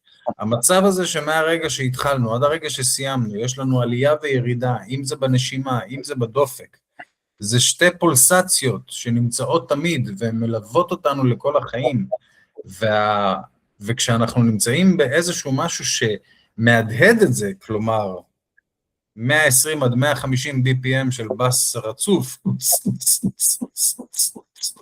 אז בהתחלה כשניכנס למסיבה אנחנו נשמע את זה, אבל אחרי זה אנחנו לא נשמע את זה, אנחנו נשמע את כל הצ'יקוויקי מסביב, את כל הדברים האלה מסביב, וזה יישמע לנו כמו, זה יהיה לנו בגדר דופק. ספציפית על הז'אנר. בגדר מה? סליחה, לא הבנתי. דופק. דופק, אוקיי. דופק. ניקח נגיד לדוגמה את 4 המלחינים המינימליסטים רפיטטיביים האמריקאים, סטיב רייך, פיליפ גלאס, למונט יאנג וטרי ריילי. כל אחד מהם הציגו פרמטר אחר או סוג אחר של חזרה, והשיגו עם זה משהו אחר. למונט יאנג הלך על קווים ארוכים והיחסים ההרמוניים בדברים. הוא לקח קווינטה והשמיע אותה 3 שבועות בבית ואשתו. טרי ריילי עבד על מבנה קנוני, על אילתור שנוצר על מבנה קנוני, ואז נוצר עוד ועוד ועוד ועוד מאותו דבר שנכנס ויוצא, ונובע מזה כל מיני נובעים מזה כל מיני תנועות דומות ושונות, אבל באותו הסגנון. סטיב רייך הביא את כל העולם של מוזיקה פרקשניסטית, פואמת, כל הזמן יש פעימה, באיזושהי צורה של כל אחד מהדברים שהוא כתב, יש לזה איזושהי פעימה מסוימת. פיליפ גלאס לקח את ההרכב של הסאונד, לקח הרבה כלים, שם אותם באוניסון, ושם אותם באיזושהי תנועה מלודית מהירה, שכמעט ולא משתנה. פיליפ גלאס, לטעמי, הוא הכי חופר במובן המלודי הרמוני. אז כל אחד לקח איזשהו משהו אחר בדבר הזה. מה שעניין אותי, ואני אעצור פה כדי לתת לכם להמשיך לדבר, מה שעניין אותי כשחקרתי את העניין, את ההתפתחות ההיסטורית, זה שהכל נבע, כל דבר שנבע מהדבר שקדם לו, התנגד לו. זאת אומרת, המוזיקה האקספרימנטלית של ג'ון קייג' התנגדה למוזיקה הסריאלית, והסריאלים לא אהבו את ג'ון קייג', ואיכשהו הם היו דומים אחד לשני. המוזיקה האיליאטורית, המקרית, הלא נשנית הזאת, באיזשהו שלב, שטוקהאוזן, שהיה הסריאליסט הכי קיצוני, אחד הכי קיצוניים שיש, עבר למוזיקה איליאטורית. הוא הבין שאני יכול להשיג בחוסר שליטה את אותה התוצאה כמו בשליטת יתר.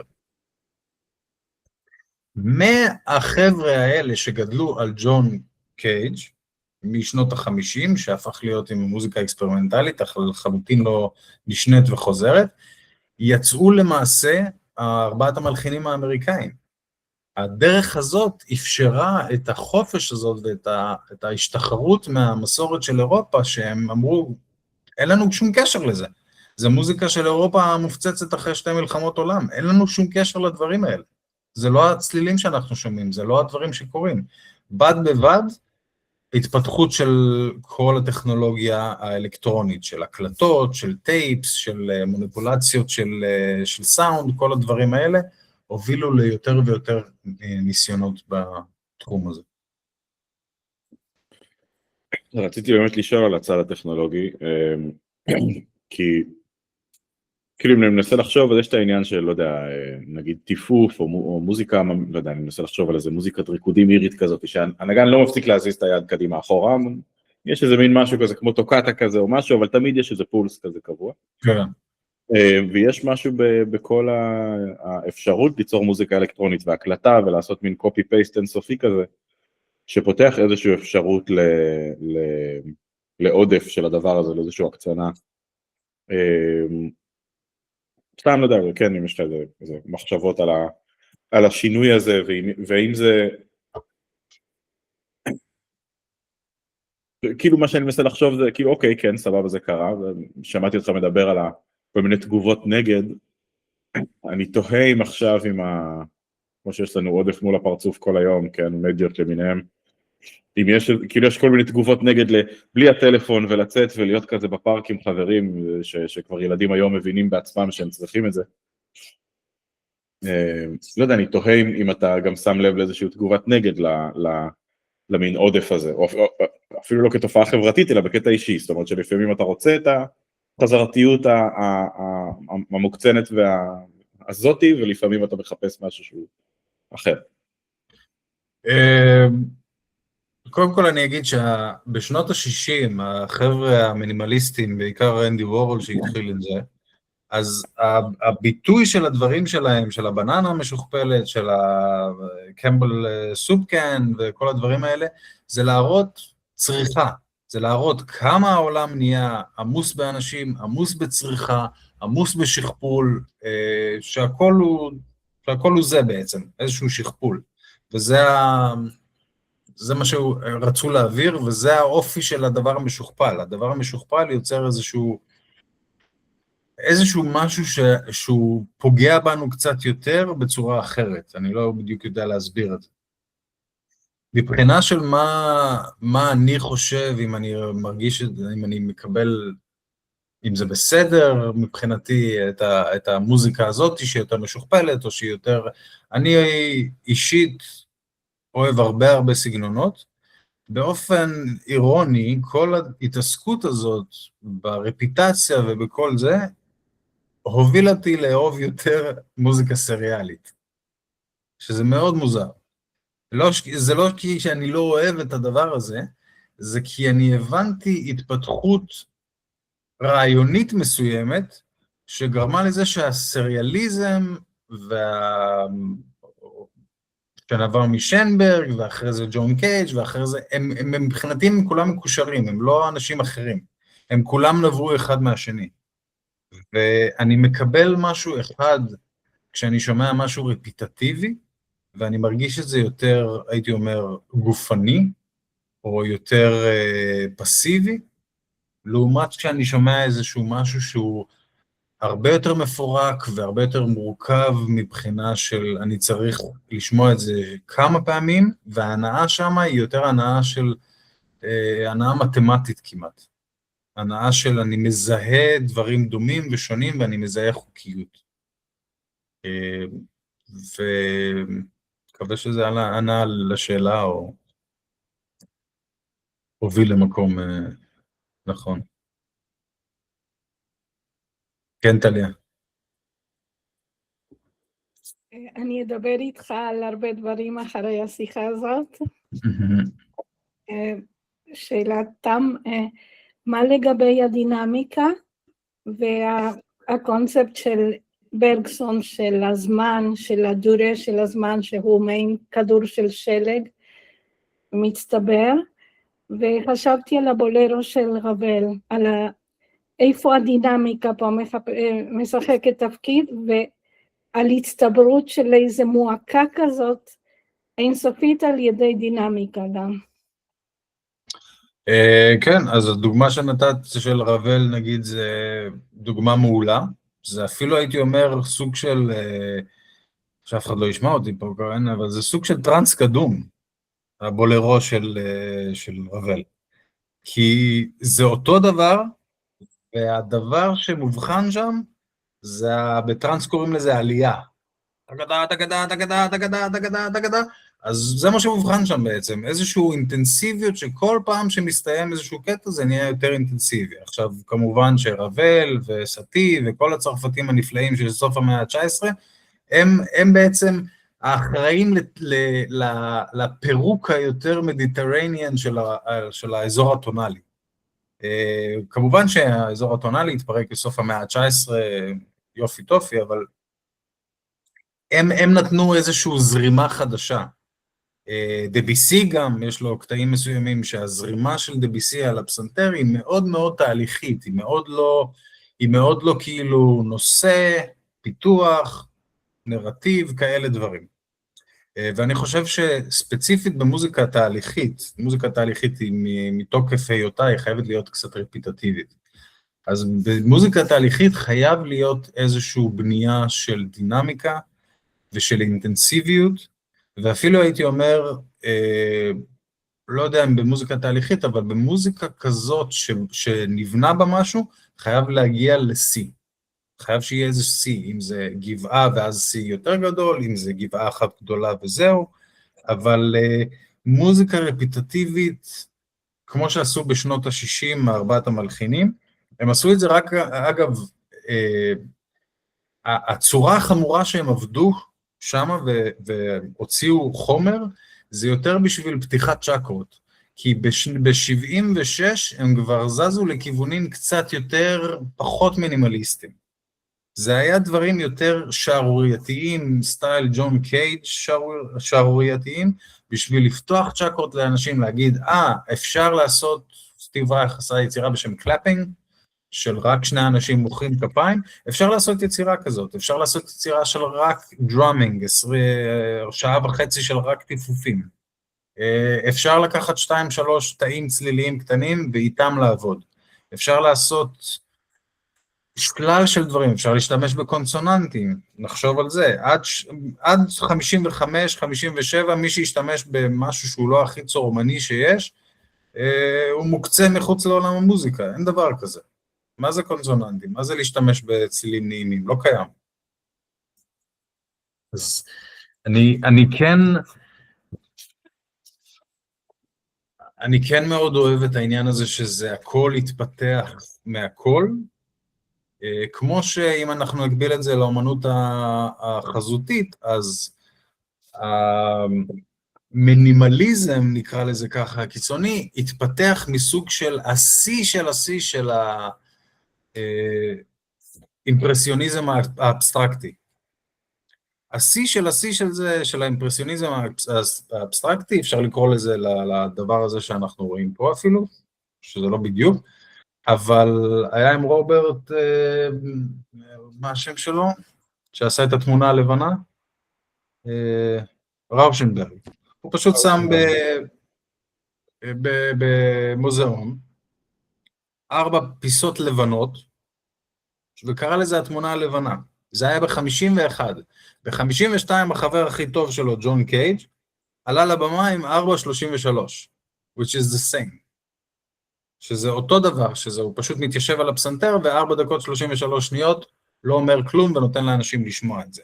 זה תקופה של פתיחת צ'קרות, זה תקופה של חבר'ה, נגמר הדבר הזה, מתחיל הדבר הזה, בואו תסתכלו עכשיו על דברים חדשים, וזה האמריקאים. האמריקאים יכולים להרשות לעצמם, יש להם את הטכנולוגיה, יש להם את הגודל, יש להם חוסר אכפתיות מאירופה, אז זה מה שהם עשו, זה מה שיצא מזה. וזה שוב, כמו שאני אומר, זה האב הקדמון של המוזיקת ריקודים האלקטרונית משנות ה-80. עוד אב קדמון מעניין, שהתחיל בג'מייקה, זה שבעלי חנויות לבגדים ולכל מיני כאלה משקאות ולכל מיני, רצו למשוך לקוחות, אז הם הוציאו החוצה ספיקרס, רמקולים, שלא היה דבר כזה, בדרך כלל היה אנשים שמנגנים, הוציאו החוצה והתחילו להשמיע מוזיקה מהספיקרס. לפני זה לא היה מוזיקה שנוגנה מממברנה של ספיקר, זה היה אנשים שמנגנים, הקליטו ושמו את זה, ועשו את זה, אבל אנשים שנכנסים לווניו מסוים, ולא שומעים כינורות וגיטרות וזה, אלא רק מסתכלים על בוקסה שממנה יוצא את כל הדברים, זה לא היה קיים לפני ג'מייקה של 66. וזה מאוד מעניין את התפתחות הטכנולוגית. היום אנחנו צורכים מוזיקה, כמעט באופן אקסקלוסיבי, דרך הממברנה הכלילה הזאת של האוזניות, של הרמקולים, אלא אם כן אנחנו באולמות קונצרטים, אנחנו לא שומעים מוזיקה אקוסטית, אנחנו שומעים את זה דרך משהו, דרך איזשהו מתווך טכנולוגי, ממברנה זזה שמייצרת את כל הצלילים שאנחנו שומעים. וזהו, זו התפתחות טכנולוגית מאוד מעניינת. ספציפית בג'מייקה זה היה קשור בחוסר, זאת הייתה חברה מאוד ענייה שהם לא יכלו להרשות לעצמם.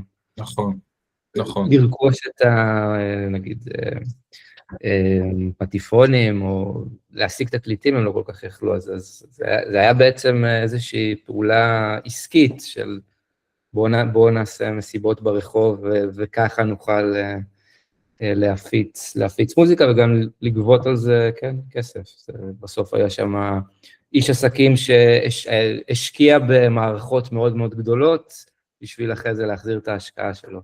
זה משהו שמאוד תפס אותי בעניין, אני לא חשבתי על זה בכלל, כאילו מתי היה המעבר בין, כאילו, זה כמו שאני אגיד לך שיש מפלים בארץ, אבל כל מפל יוצא מצינור. הנביאה של כל מפל יוצאת מצינור, לא מנביאה אמיתית. זה משהו מצחיק, כי אנחנו רגילים פעם, כי היום אנחנו קולטים את זה, שזה הדרך שאנחנו צורכים מוזיקה, אני שומע דרך המחשב, אני שומע דרך הטלוויזיה, דרך האייפד, אבל פעם זה לא היה ככה, היית שומע מוזיקה אקוסטית, כלים שמרישים בעולם האמיתי. אמרת שבתזה דיברת יותר על האספקטים ריטואליים ועל צדדים, כי יש משהו מאוד יורוצנטרי בנרטיב הזה של מוזיקה סריאלית, זאת אומרת, לפני מוזיקה סריאלית, מוזיקה טונלית, מוזיקה סריאלית, מוזיקה אקספרימנטלית, מינימליזם, ויש ברקע תרבות אפריקאית, שזה אולי יותר טרנס, זה מוזיקה אפריקאית יותר טרנס מהטרנס ששומעים במסיבות, כי שם באמת יש רפטיציה בלי ניסיונות לשנות. טהורה יותר. איך אתה רואה את היחס בין אני חושב קודם כל אני אגיד שבעבודה אני לא שמתי דגש על הדברים האלה, שמתי דגש יותר על הדברים של טרנס, של מסיבות עתיקות, מסיבות קיימות היום, ומסיבות שהיו קיימות פעם.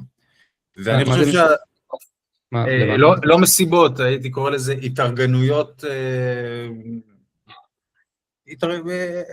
התארגנויות של שבטים שעכשיו רוקדים עכשיו בפול מון, או רוקדים בכל פעם שיש להם harvest, או באיזושהי צורה, אם זה אירועי שמחה, אם זה אירועי עצב, אבל אני חושב שזה המקור. יותר מזה, אני אגיד משהו יותר חמור, אני חושב שזה המקור של המוזיקה. אני חושב שזה התחיל מפשוט אנשים, מאיזשהו משהו ריקודי, מאיזשהו הפקה צלילית שגרמה לגוף עכשיו לזוז ולנוע ולהפיק את זה, וזה שאנחנו יושבים רגועים באולם קונצרטים ומאזינים, ולוקחים את התנועה שיש לנו בגוף, ופשוט מקבלים אותה כרגשות, כתנועה של רגשות, זה איזשהו משהו שהוא יותר מאוחר. והצורה היותר ראשונית הייתה באמת לפי דעתי, אין לי ביסוס אקדמי לזה, אבל לפי דעתי זה היה העניין של, זה איזשהו משהו שאפשר לעשות אותו, ועם צריכה של אלים או אלכוהול ישן, או לא יודע מה, כל מיני דברים, זה היה מביא אותם למצב הזה של טרנס, של איזשהו מצב שהאישיות מתעממת לגמרי, ויש רק את הטיפוף, או יש רק את השירה, או יש רק את הדבר הזה או אחר. אני כן חושב שברמות מסוימות של נקרא לזה, כהיכנסות לטרנס דרך רפיטציה, אז המקומות האלה הם יותר טרנסים, נקרא לזה ככה, במובן הלא גנרי, אלא במובן של להיכנס ל-state of consciousness, שדורש חיוות לאורך זמן, אם במנטרה, אם בנשימה, אם בטיפוף, זה דורש חיוות לאורך זמן. זאת אומרת, אם אין לי 17 שעות להיות באותו מקום ולטחון את המוח עד שאני out of my mind, אז אני הייתי ממליץ לאנשים לקחת סם כזה או אחר, כי זה יותר כמו כפתור. אבל הדבר הראשון יש לו איזשהו, הטיפוף והמנטרה והדברים האלה, יש להם איזושהי איכות אחרת. הם חורטים path, שביל, שמוביל אחרי זמן מסוים לאזור אחר הכרתי, אזור אחר של תפיסה חושית.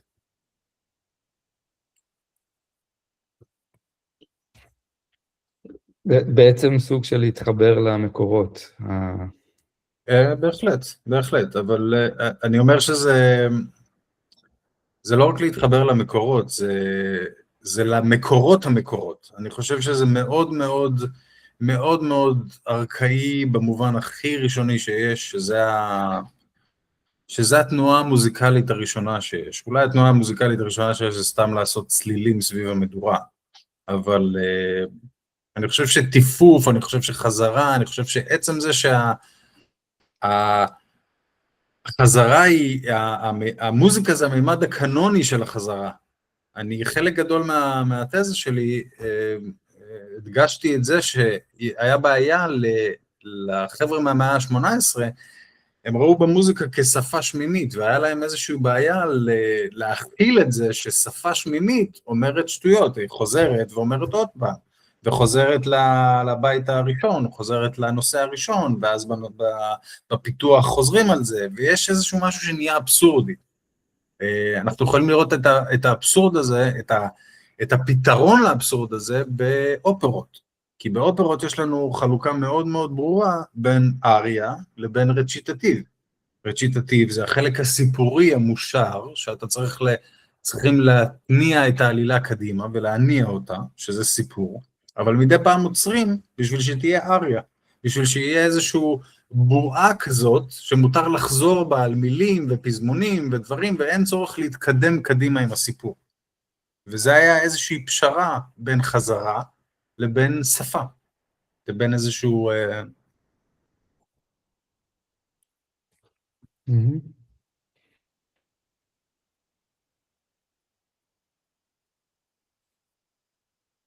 זה מעניין, כי באמת, זאת אומרת, אם אנחנו חושבים על מקורות, אז מקור נוסף שלא יודע להביא בשלוף את הסימוכין שלו, אבל שהיה איזשהו שלב של ככה משערים בהתפתחות של השפה האנושית, ששפה ודיבור ושירה היו בעצם לא מובחנים אחד מהשני. ויכול להיות שיש איזה שהם שני צירים כאלה שהם באים לידי ביטוי גם במוזיקה, כן? בין הרצון לחזור על דברים ולהיכנס לאיזשהו מצב של טרנס, בין איזשהו רצון להביע מסר שבשבילו אתה צריך, אולי חזרה לא מספיק, אתה צריך גם לעצב את מה שאתה רוצה להגיד, לספר איזשהו נרטיב.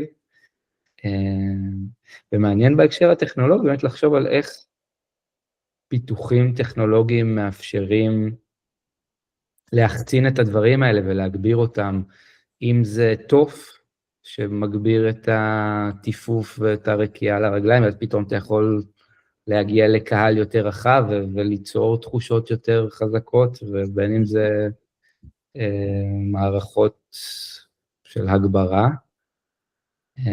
אני חושב שמעניין גם לראות איפה, הזכרנו את זה בהקשר של ג'מייקה והסאונד סיסטם, איפה נכנסים גם הסוכנות האנושית שרוצה להרוויח מכל הסיפור הזה, ואיך הדברים האלה גם מעצבים ומשפיעים על האסתטיקה, על השפה, על השימוש בחזרה, או הימנעות משימוש בחזרה. כי אני לא משוכנע שקהל, סתם אני נתפס עכשיו לעניין של טרנס, בגלל שאתה הבאת אותו, לא משוכנע שקהל טיפוסי של מסיבת טרנס ישרוד טקס אפריקאי עם כל הרפטיציה, זאת אומרת, צריך את העליות והירידות האלה בשביל צריך את הסיפור, או את התהליך, זה פחות סיפור, יותר תהליך, אני חושב שצריך את הדברים האלה מזווית מסחרית, לא בהכרח מהזווית, בשביל להגיע לטרנס, אולי בשביל להגיע לטרנס יש דרך יותר פשוטה, אולי הקווינטה של למונט יאנג היא מספיקה בשביל זה. לא יודע, תהיות שעוברות לי בראש. תראה, אני אגיד מה שהצגתי זה טעימות קטנות, זה לא שאני לא אומר שיש הרבה ז'אנרים של מוזיקה אלקטרונית, יש הרבה ז'אנרים של טרנס, יש הרבה ז'אנרים של הרבה דברים. פשוט מה שרציתי באמת להראות, שבאמת פגע בי ככה באינטנסיביות, זה באמת שזה בגדר כוח כבידה, זה לא משהו זה בגדר של, אין דבר כזה שלא יכולה להיות רמה מסוימת של הרבה חזרתיות במוזיקה שהיא לא רפיטטיבית. זה דורש, זה הדרך שבעצם אנחנו מזהים התפתחות, שאנחנו מזהים אופי, שאנחנו מזהים את התעודת זהות של הבן אדם, שאתה מזהה אותי ואני מזהה אותך. שיש איזושהי התמדה בקיום, ומחר אתה קם בערך שאתה נראה אותו דבר. וכמו שאמרת מקודם, זה הדהוד של מה שקורה בחיים שלנו. החיים הם חזרה, הכל הוא חזרה באיזושהי צורה. אבל המוצר המוזיקלי, הטווח של 5 דקות טרק, 7 דקות, 20 דקות יצירה, זה איזשהו משהו שאנחנו תוחמים אותו, ובשביל שנבין את הלוגוס שלו, את החוקיות שלו, את מה שניסינו לעשות פה, חייב להיות אלמנטים דומים, שונים, זהים, מתקרבים, שהמוח שלנו יקלוט אותם, ושלא יהיו יותר מדי חוזרים, כי אז זה משעמם, שלא יהיו יותר מדי לא חוזרים, כי אז זה לא בר תפיסה, אלא אם כן אנחנו רוצים לעשות איזה משהו כזה, אלא אם כן אנחנו רוצים שזה יהיה פחות בר תפיסה, ואז זה יהיה עם הרבה פחות חזרה, אלא אם כן אנחנו רוצים לחפור, כדי להגיע לאזור הזה במוח, שאנחנו לא מצליחים להגיע אליו בדרך רגילה, אז אנחנו נגזים עם איזה משהו, נגזים ונכפה איזושהי תופעה מנטלית על המאזין, של עצבים, של ריגוש יתר, של כי בסופו של דבר בן אדם רגיל שהוא קהל של טרנס, שהוא לא מסומם והולך לשמוע איזה משהו אפריקאי, אחרי כמה זמן, בוא נגיד אחרי שעה, שעה וחצי, זה ישעמם, אנשים ירצו לעבור. אבל אם זה מה שיש לעשות, ואין שום דרך חמיקה לשום אזור אחר, ויושבים ככה 7, 8 שעות, 10 שעות, 20 שעות בדבר הזה, אני יכול להבטיח שכל בן אדם will be out of his mind לתקופה מסוימת. אני הצגתי את הרפיטציה בהקשר של קומפוזיציה, להראות מה זה עושה, להראות איך אפשר להשתמש בזה, איך אפשר, כמו שאמרתי, אני בסוף התהליך הזה, סוג של, לא הומרתי, אבל התאהבתי במוזיקה יותר סבוכה, יותר מקטעית, אני בריו וסנקיס, הם האנשים שאני הכי אוהב לשמוע.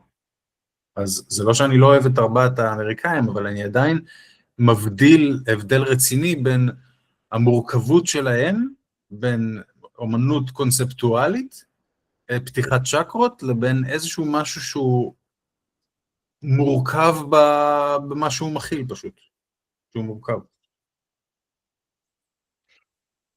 מעניין שזה התהליך שאתה עברת, אז אני חושב שזה גם מלמד כן, בעיניי זה נושא מרתק. גם בעיניי. האף הזה בין החזרה, מתי זה חוזר יותר מדי, מתי זה לא חוזר מספיק. בהחלט. מה זה יותר מדי ומה זה מספיק, כן? בעיני מי ובאיזה הקשר. אני מסכים לחלוטין, זה ההתעסקות הקומפוזיטורית שלי, מתי לעבור ומתי להישאר, מתי לזוז, זה איזשהו משהו שהוא,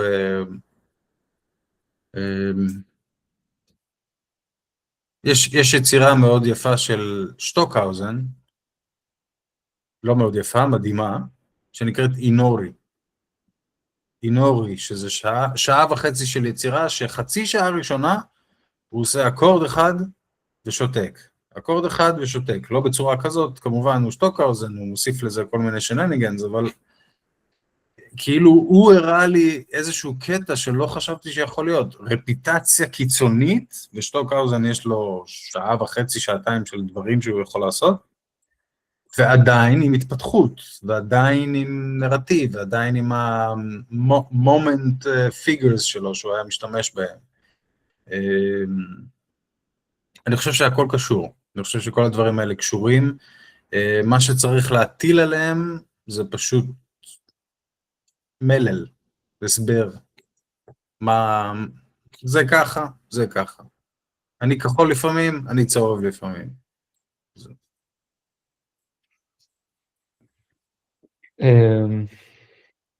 טוב, אני חושב כן, בנימה זו אנחנו, אם כן למישהו יש עוד שאלות או מחשבות, אנחנו נסיים. אז תודה רבה, אסף.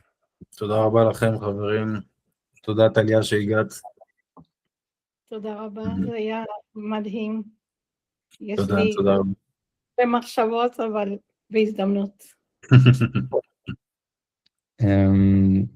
אגב, אני אגיד שהמפגש הבא שלנו, אפשר להסתכל באתר, משהו כל המפגשים, עם פרופסור שי כהן מאוניברסיטת בר אילן, שהוא יציג ספרייה שהוא פיתח, זה בנושא אחר לגמרי, אבל גם הוא רוצה, לצד הצדדים הטכניים, הוא רוצה גם לדבר על ההיבטים האסתטיים של השימוש בספרייה של סקריפטים שהוא פיתח בתוכנה, סביבה שנקראת פרט, שהיא בעצם במקור שלה נועדה למחקר פונטי. של דיבור, בדקתי זה ב-18 למרץ. ב-18, אוקיי. אז זה יהיה המפגש הבא שלנו. זהו, נשמח לראות אתכם גם במפגש הבא. תודה רבה.